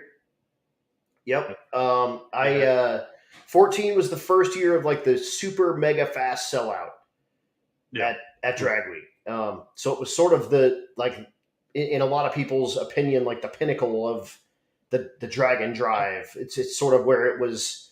That was it. Like that year was the one. The turning point. Yeah, exactly. And what's crazy is there's a lot of folks that were there, and that's one part. That's one of the stats I'm working on. Is how many people were at 2014 Drag Week that have continued to race at right. Yep. So there was a lot of you guys. Lots. Oh yeah, and I was actually at a race at Vandermeer, a bracket race, and I was like, oh, I've got to get on and sign up for Drag Week, or else. Mm-hmm. And I made a pass, like just a test pass, and got back to my buddy's trailer, and I was like, oh fuck, like Drag Week. And I was able to jump on and get an entry sitting in my buddy's trailer after making a test pass before the day and like got in. And I was like, oh, okay. Yeah. Well, and you think about that, that's 10 years into drag and drive. Okay. Now we're taking another jump. Now we're 10 years later. Dude, what's 10 years from now going to be? I know. We're going to even do drag and drive. Is it going to be no prep? And I mean, who knows? Are we even going to be able to do this anymore? Oh, yeah. I mean, whether do it on the track or do it on the street, it don't matter. It's exactly. I'm gonna race regardless. Yeah, we'll figure that out. Gasoline ain't going anywhere. Yeah. But no, that was it. 14 was my first one, and then I did Race Week in 15. I broke on Drag Week in 16, and then did Race Week, I think 17, 18, 19, and then became the announcer in 20. Yeah, Stevie's continued to race. Stevie's raced since 2020. And I'm not sure which one. I think both of them. No, she did Rocky Mountain in 2020, and then she rode with me for Race Week, and I brought the Suburban with the hearse on it, and I ended up taking Royce Payton's F-150 back, because he blew it up. Yeah, but it was wild. But that's kind of my history to it, and I've gotten her into it, and we've had a bunch of fun in the process. But yeah, I mean, we'll see, dude. Next year proves to be a strange one for especially Race Week, the Race Week Enterprise. No Vandermeer takes a big track out of this end of the world. So, Pueblo's still an option with being able to kind of go out and about a little bit. But, Matt's big thing has always been really since Julesburg, since 2018. And when Carlos crashed, it was always, we've got to have good barriers. Yeah. And then part of what drives the stuff is spectators. So we got to be able to get spectators. Yep. And now with a live stream, you've got to have internet that's robust enough to run a live stream. So, now you have huge amounts of tracks down to dude, holy crap. Yeah. Okay, we'll figure it out, but especially out that way, is there from Pueblo, is there anything west that's close? Yes, but you've got to go over the mountains. It's sketchy. So you could go to Western Colorado Dragway is in Grand Junction, but it's steel guardrail walls. So, and it's not lit very well. You couldn't really run in the night. So, and that doesn't. And I'll tell you that I preach the nighttime racing because it makes so much sense. I like it. Well, it's I hadn't done a morning race one yet, but I'd much rather drive during the day, race at night, do all my changeover, and either drive a little bit at night and then sleep, or just sleep and then drive all the next day. Right. And it's being able to get spectators, they're off of work and they can actually come watch. And even if it's a Tuesday night, like, who cares? Yeah. Like, we're good and we can make that happen. So, like, that's huge. When you're driving the next day, everything's open. Well, it's open, but then also, like, you are driving to make passes. That is your whole goal, is to get there and make the changeover. Right. Make your passes, and then figure out what you're going to do, right? Where the other events race in the mornings, like early morning, 9 a.m., and you spend all of your energy, and then you got to get in that car at 4 o'clock in the afternoon and drive 200 miles. Right. Less animals during the day. That's huge. Especially, I mean, you think about a dude like on a motorcycle hitting a deer. Are you kidding me? That would be bad news. Bad news. Big time. Plus, it's kind of the death of the one and done, which, say what you want about it. I hate the one and done. I think that's more of the fun of it, is being able to stay there. And even if you make your one pass, but you keep your car ready to go because the dude that's right behind you might make a pass better than you. Like, then you're like, let me go try it one more time. So let's talk about that.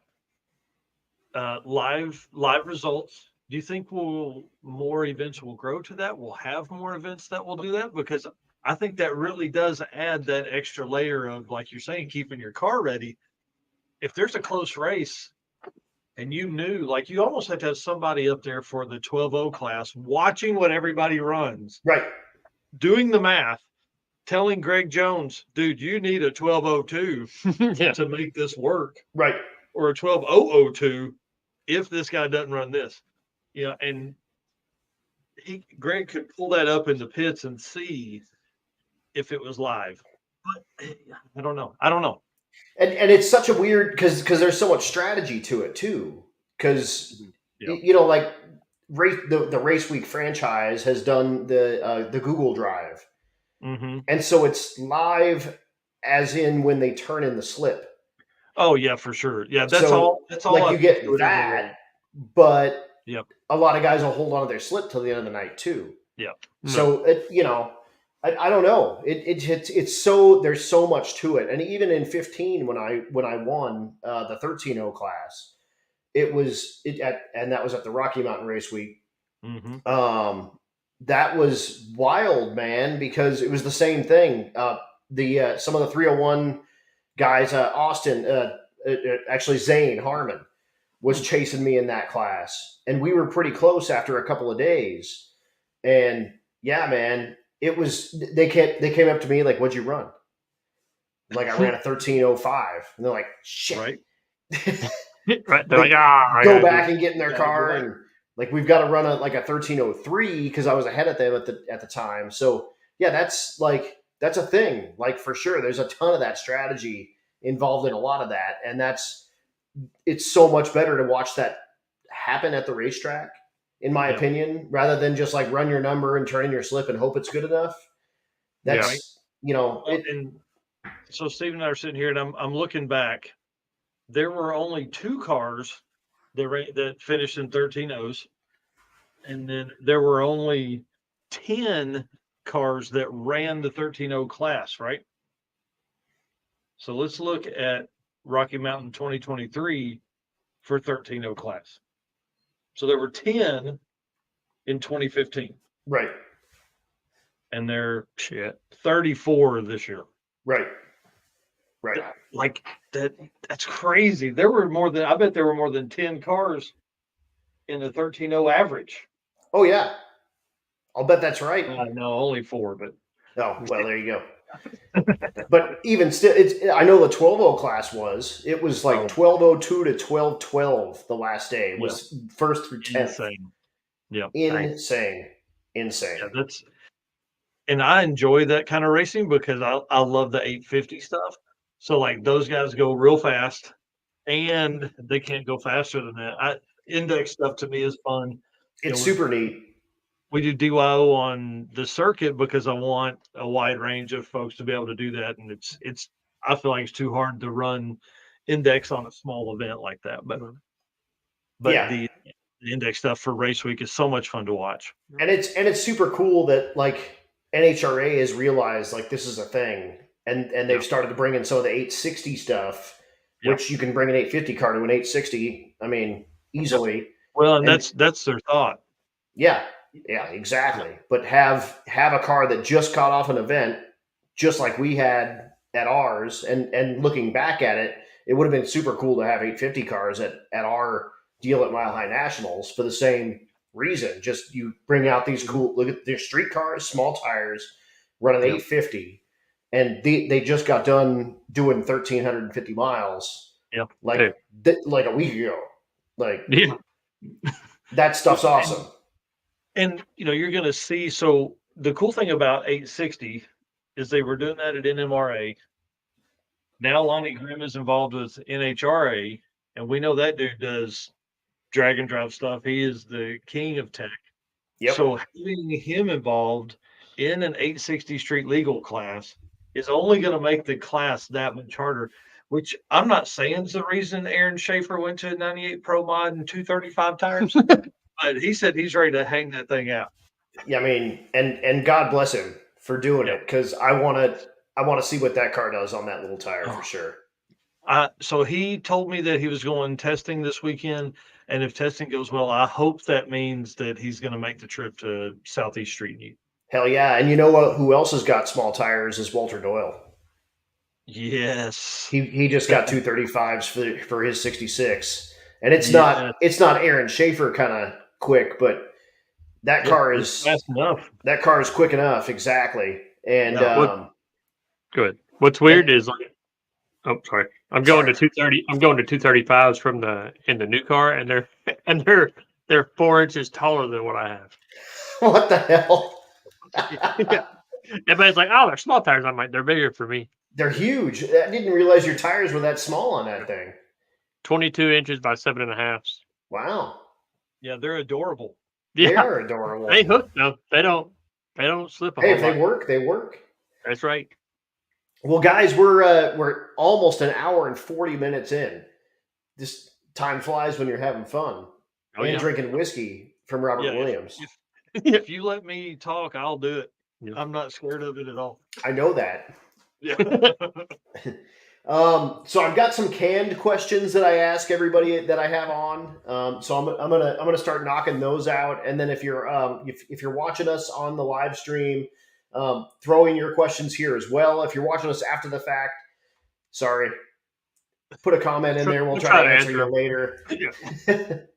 But for both of you guys, what's the largest thrash that you've been a part of?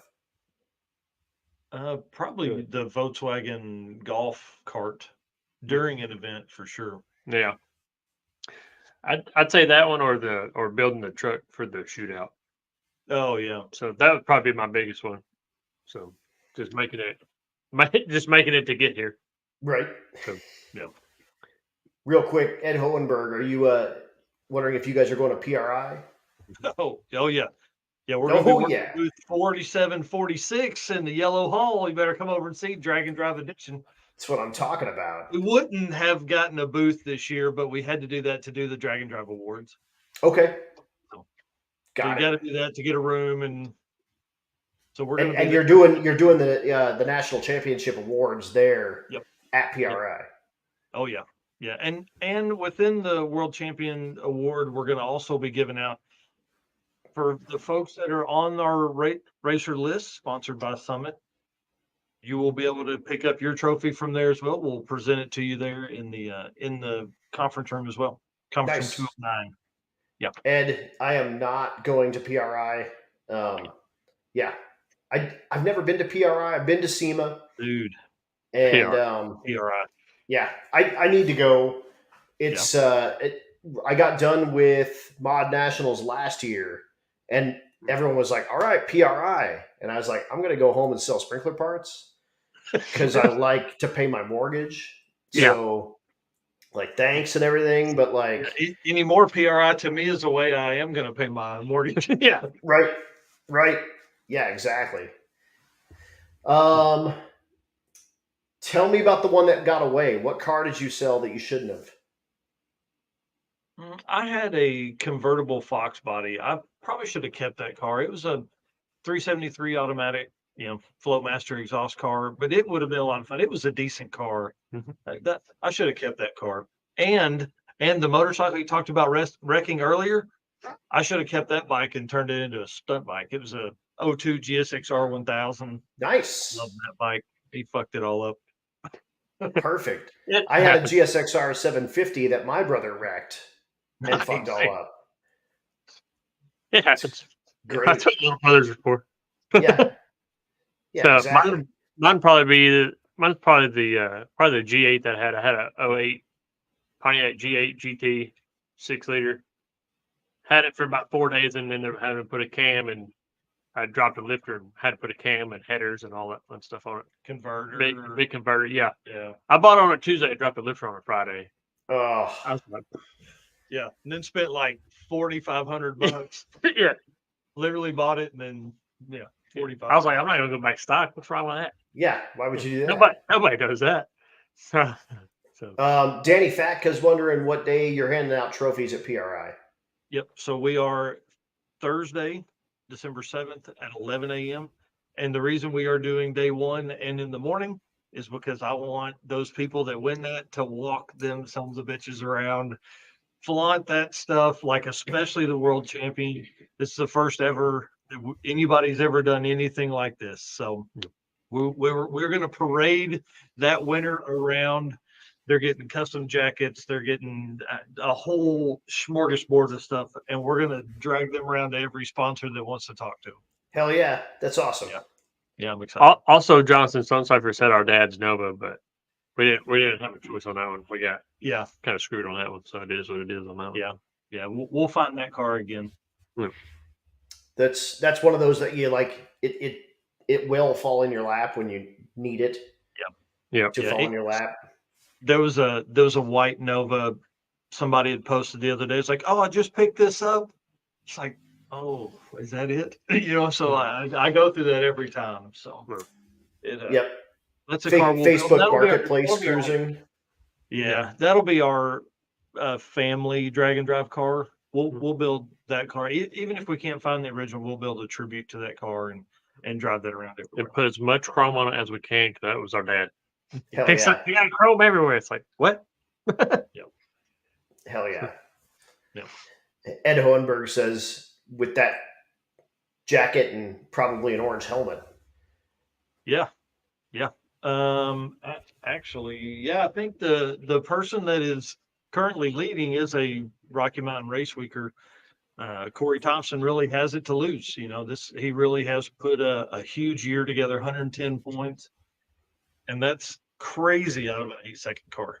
Yep. So, but he worked the point series just like we had intended, and we were looking for a way that an 8-second car could win it, and he's done it.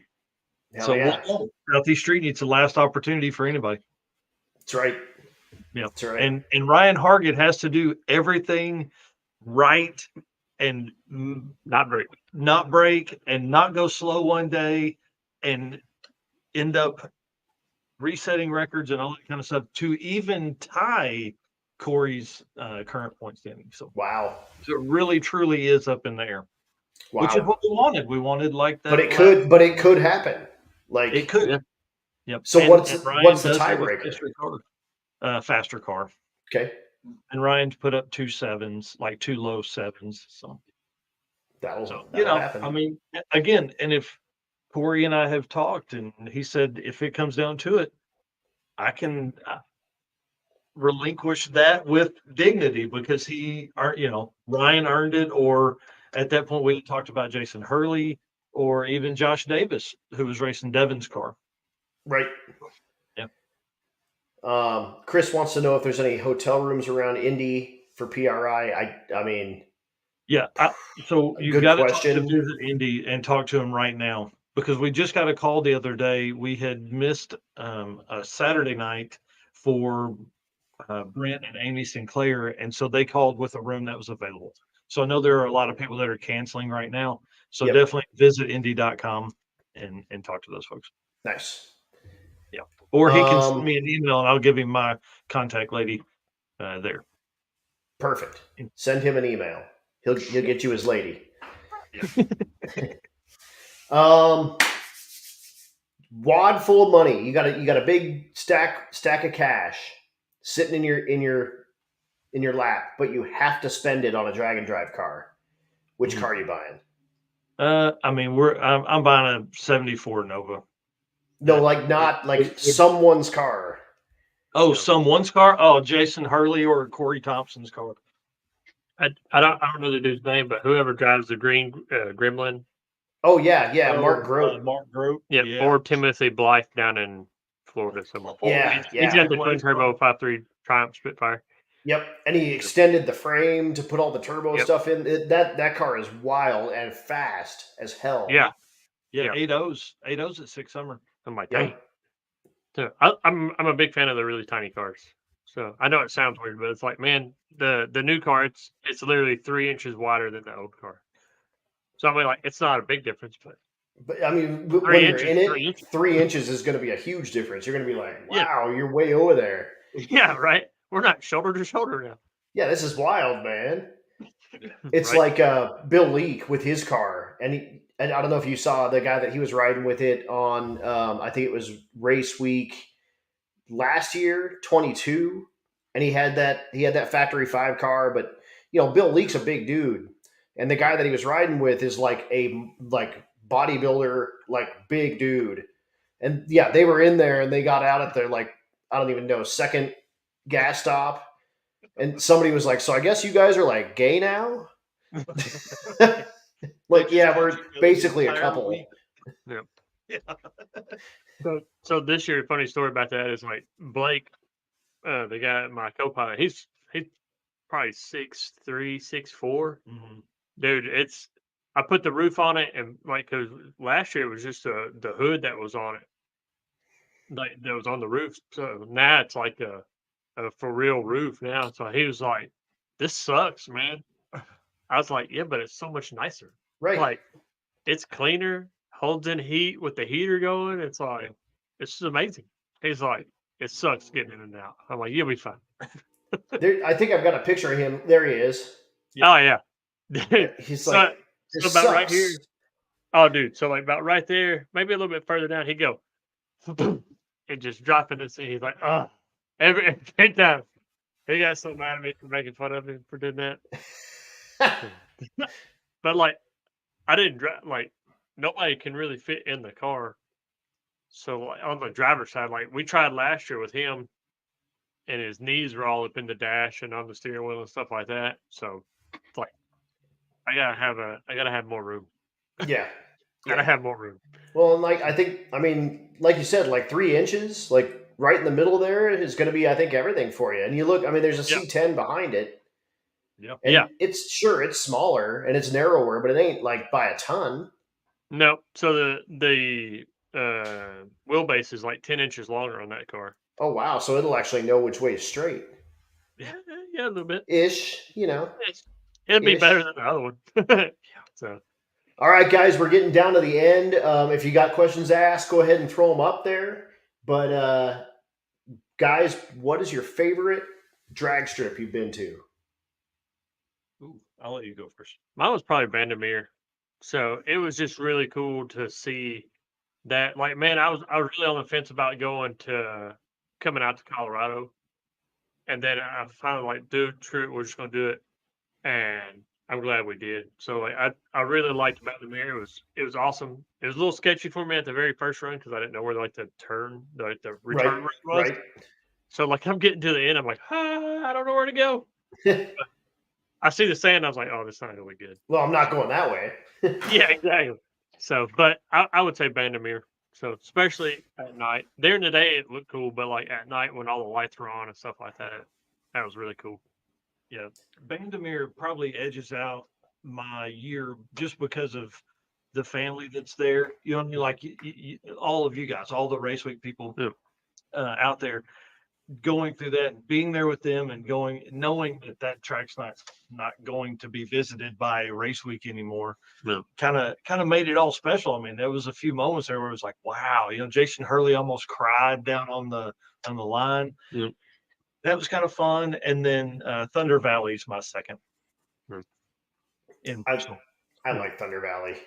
It's just really cool. Really, it was a really nice facility, and Jesse Fox of 3G Video and I got there the night before, like 2 a.m.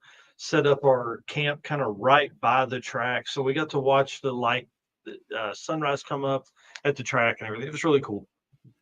Hell yeah. Yeah. What's your favorite track? I ask people this all the time, and I mean, I just moved away from Vandermeer, which, I mean, it's Vandermeer, man. So, like, that's my favorite track. But my favorite track that's not 5 minutes from my old house, gosh, that's a good one. I think Gainesville. Pretty cool. I just really like the track, the layout, the people, the feel. It's still big, it's big boy track, which is neat. But maybe, God, Ozark is such a cool track. My favorite track I've raced at is Ozark. Cool, for sure. Just, I mean, all the kind of log cabins and it was a different place. Yeah.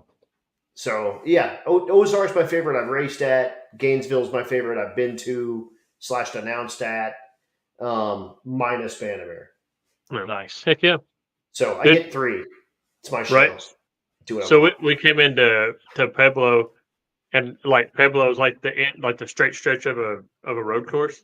I was like, because like I've done road course in my car also, so I'm like, how do I just drag, like, you do the drag strip, hit the road course, and then come back in line and race again. And then then the dirt track was open. I was like, how do I do that and dirt track? Right, the whole thing. Like, that would be awesome. Yeah, it's funny. My still do RaceWeek.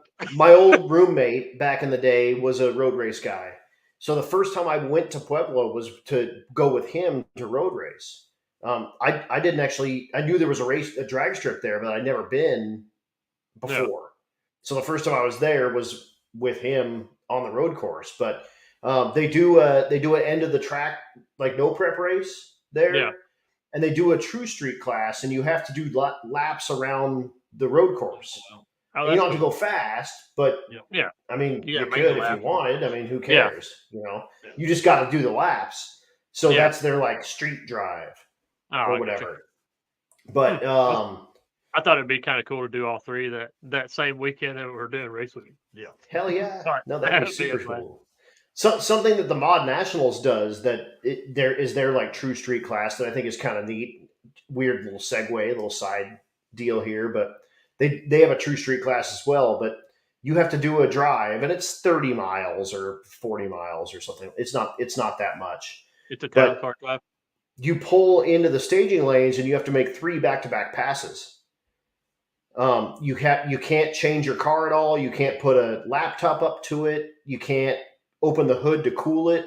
It's right off the street, and you got to make 3 passes. And the same deal, you get back into the staging lanes. So you make a pass, get back in the staging lanes. You can't open the hood. You can't. Yeah. I think the only thing you can do is change the tire pressure. But it's I mean, street car. So this is how you drive your car on the street. You're not changing anything, and that was a really cool class. I enjoyed that class a lot. So Chris Story has talked to us about doing something like that for the circuit. Find a parking spot where all these guys could gather if they need to change a car over there. But once they get to the track, they can't. They're right into the lanes and around. Yep.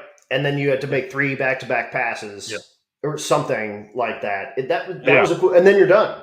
That's it. They like basically close the track for these guys to make their passes. And then you're back to your regular action. Yeah. Oh, that's kind of cool. Yeah. Like that's it. Like you guys make your passes. Heck it was neat. It was a pretty cool class. Yeah. Real quick, Pat Cook. Yeah, the MG makes a midget look gigantic, or makes a Miata. Makes a Miata. And then I don't know who said the MG 1300, but it's pretty close. It's a MG 1100, so 2-door. Nice. It's a little bit bigger Mini Cooper. Okay. That's basically what it looks like. So trailer or no trailer? Trailer, 100%. Trailer, 100. But I don't have any room. You got a yard sale at one time. Yes, you have to yard sell to earn it one time, and then trailer.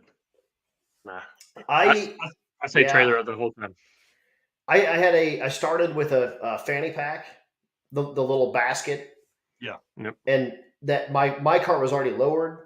Yep. And then I put that basket on there, and you put any weight on it, and it's got such a huge arm before it gets to the spring.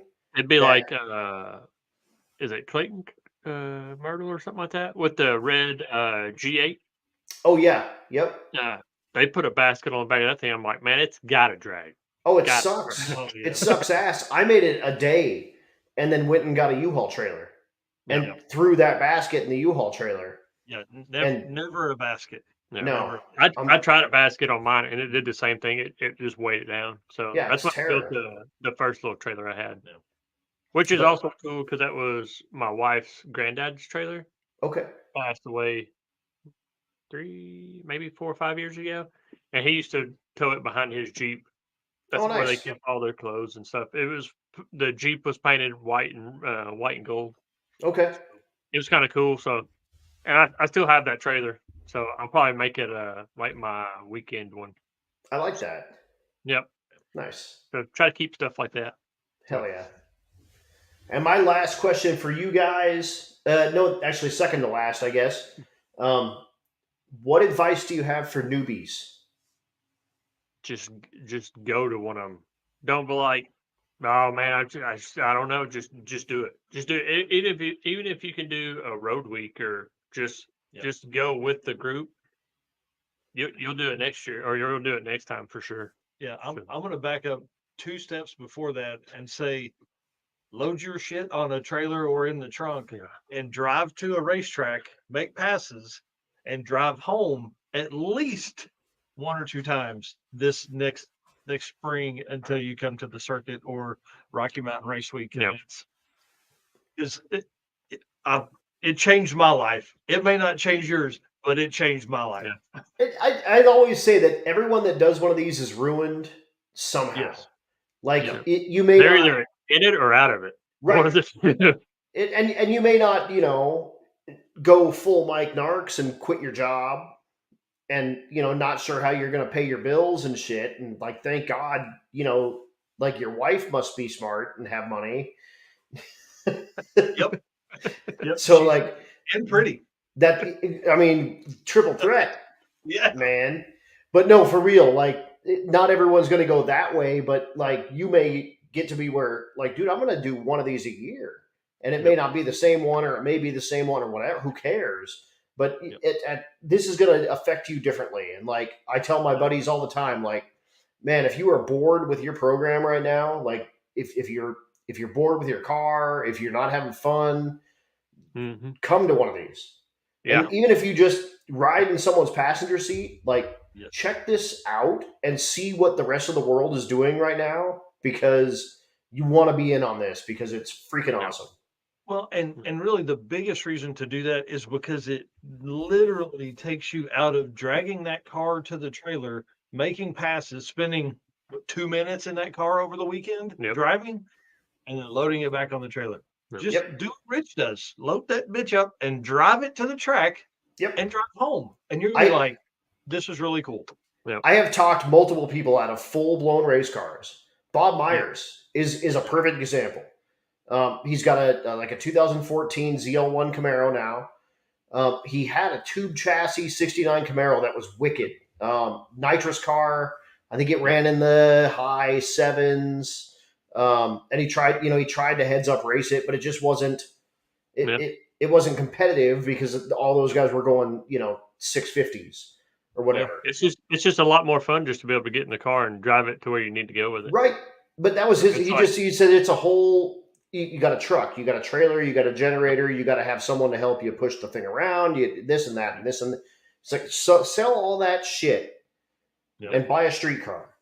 Yeah. And I guarantee you're going to have more fun. Yeah. Yeah. 100%. You get the chance to actually enjoy it. Well, then and you can take it. You can take it to work. You can take it to get groceries. You can do whatever you want to with it. Right.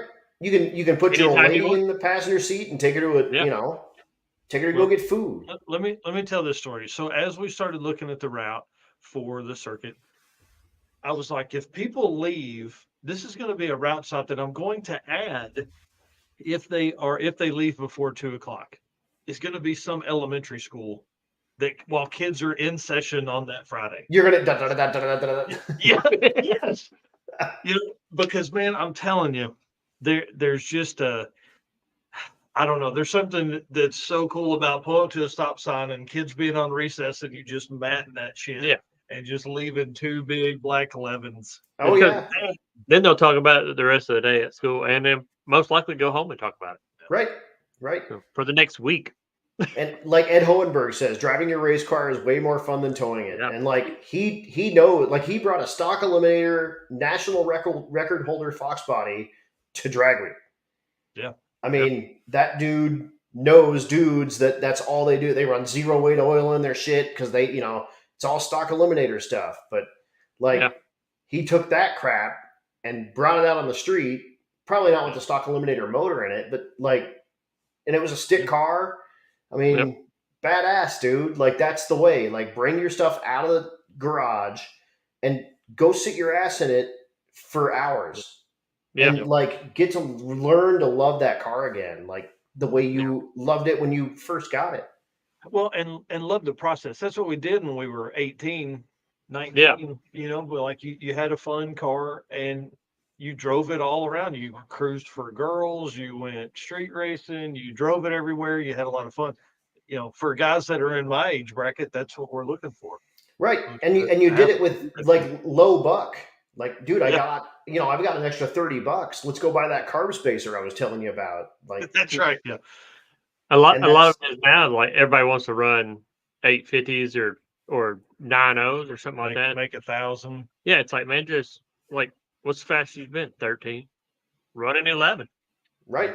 Well, that's a big difference between a 13 and an 11, Big time. And that was like Stevie. Like, she had a stock Fox body that she bought that she was like, I'm gonna buy this car and it's gonna be my bracket car, and that's just what I'm gonna do with it. And that, whatever, dude. That was the fastest car she was in until she got in the Cadillac.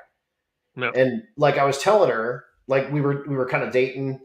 We were sort of in the butt sniffing phase a little bit, and I was like, this Cadillac, like, holy shit, this Cadillac, like, street car. It runs, what it runs. It's, it is. And she's like, I just don't get. And like her sister's got like a low 9-second bracket car that, so to her, she's like, I just don't get it. But then I drove it from Denver to Rapid and picked her up. And then we drove to Pier, which is another 4.5 hours. So it was, 10-hour trip one way. And she went out and won the class in that car, and then we drove it home. And we got home and she was like, I get this. Like, this makes sense. All of our shit is in the trunk. Stage anymore. Like, we brought her sister and brother-in-law home in the back seat of the car that she just won a huge trophy with. Like, oh, cool. That is the way. Like, get in your shit and go drive it, because this is no drama, super duper fun. It's gangster, man. Yeah. I enjoyed it today. So my last question, and guys, if you want to jump in here, get one last one in. Updates for your rides. Mine's a whole new ride. Light. Yep. It's light, but so the plan is to try to keep my car together as much as I can until after the circuit, and then switch it all over. So on my car, I got a Mustang 2 front end, 8.8 rear end. So all that stuff will stay in. I'll try to leave it in my car until the very absolute end, where I got to mock it up in my new one. So, but other than that, trying to get to 500 still. So hell yeah! If I can get there, it'll be fun. Giddy up. Got the combo to do it. It's just a matter of getting there. Yeah, I need to go to like a dyno and like just run on the dyno like a lot. Yeah, just rent the dyno for a couple hours and just go. Yeah, but probably have a tuner in hand. like Yeah. on location instead of remote tuning. Yeah. So my tuner guy, it's Jeff he's out of like Sacramento or something like that. He's way over there on the West Coast. So he'll send me he'll be like, man, can you make a run? I'm like, nah. It's snowing. It's midnight, it's midnight. I'm not digging the car out. Right. So I can't get past the house without waking everybody up. So I'm like, nah.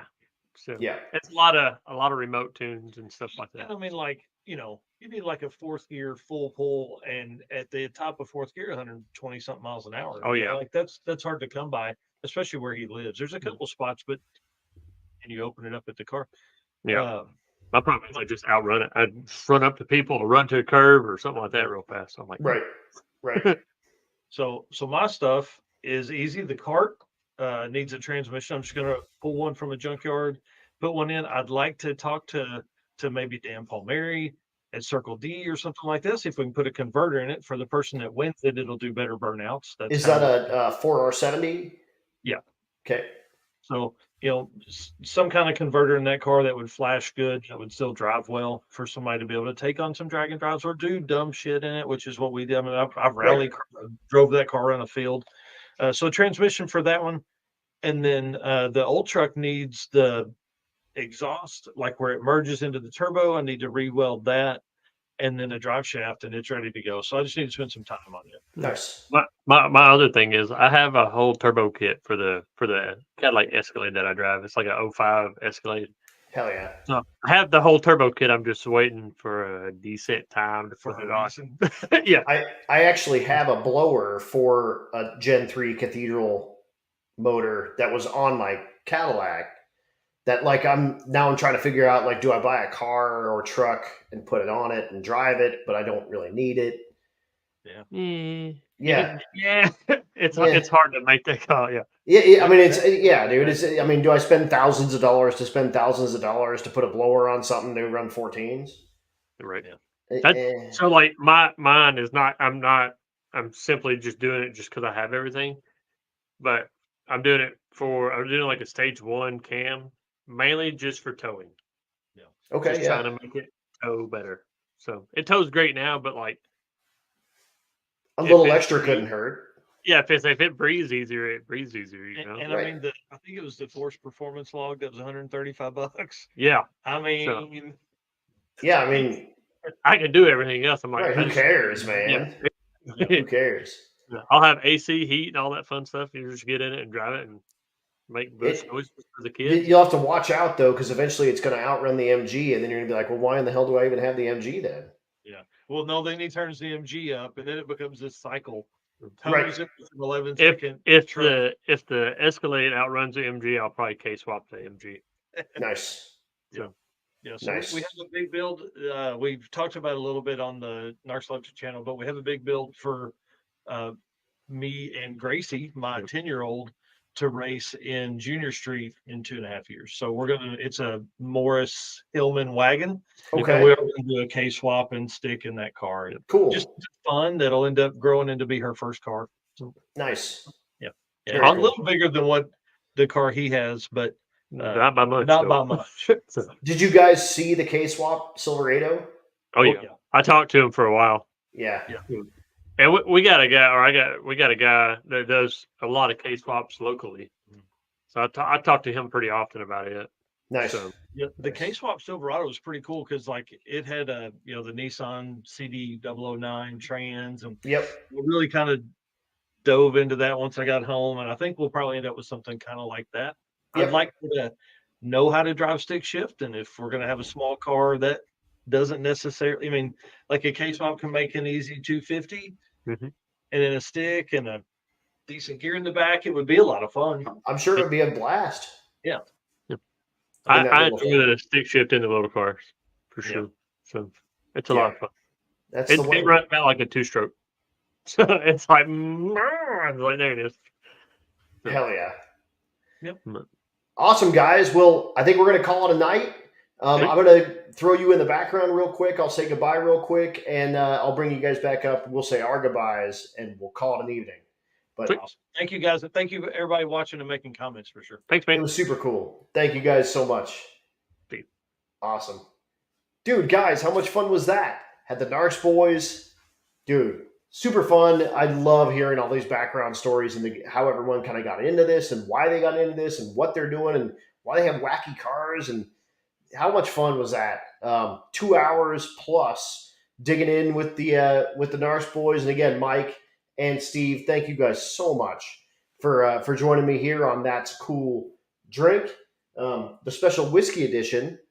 Thanks to the Williamses.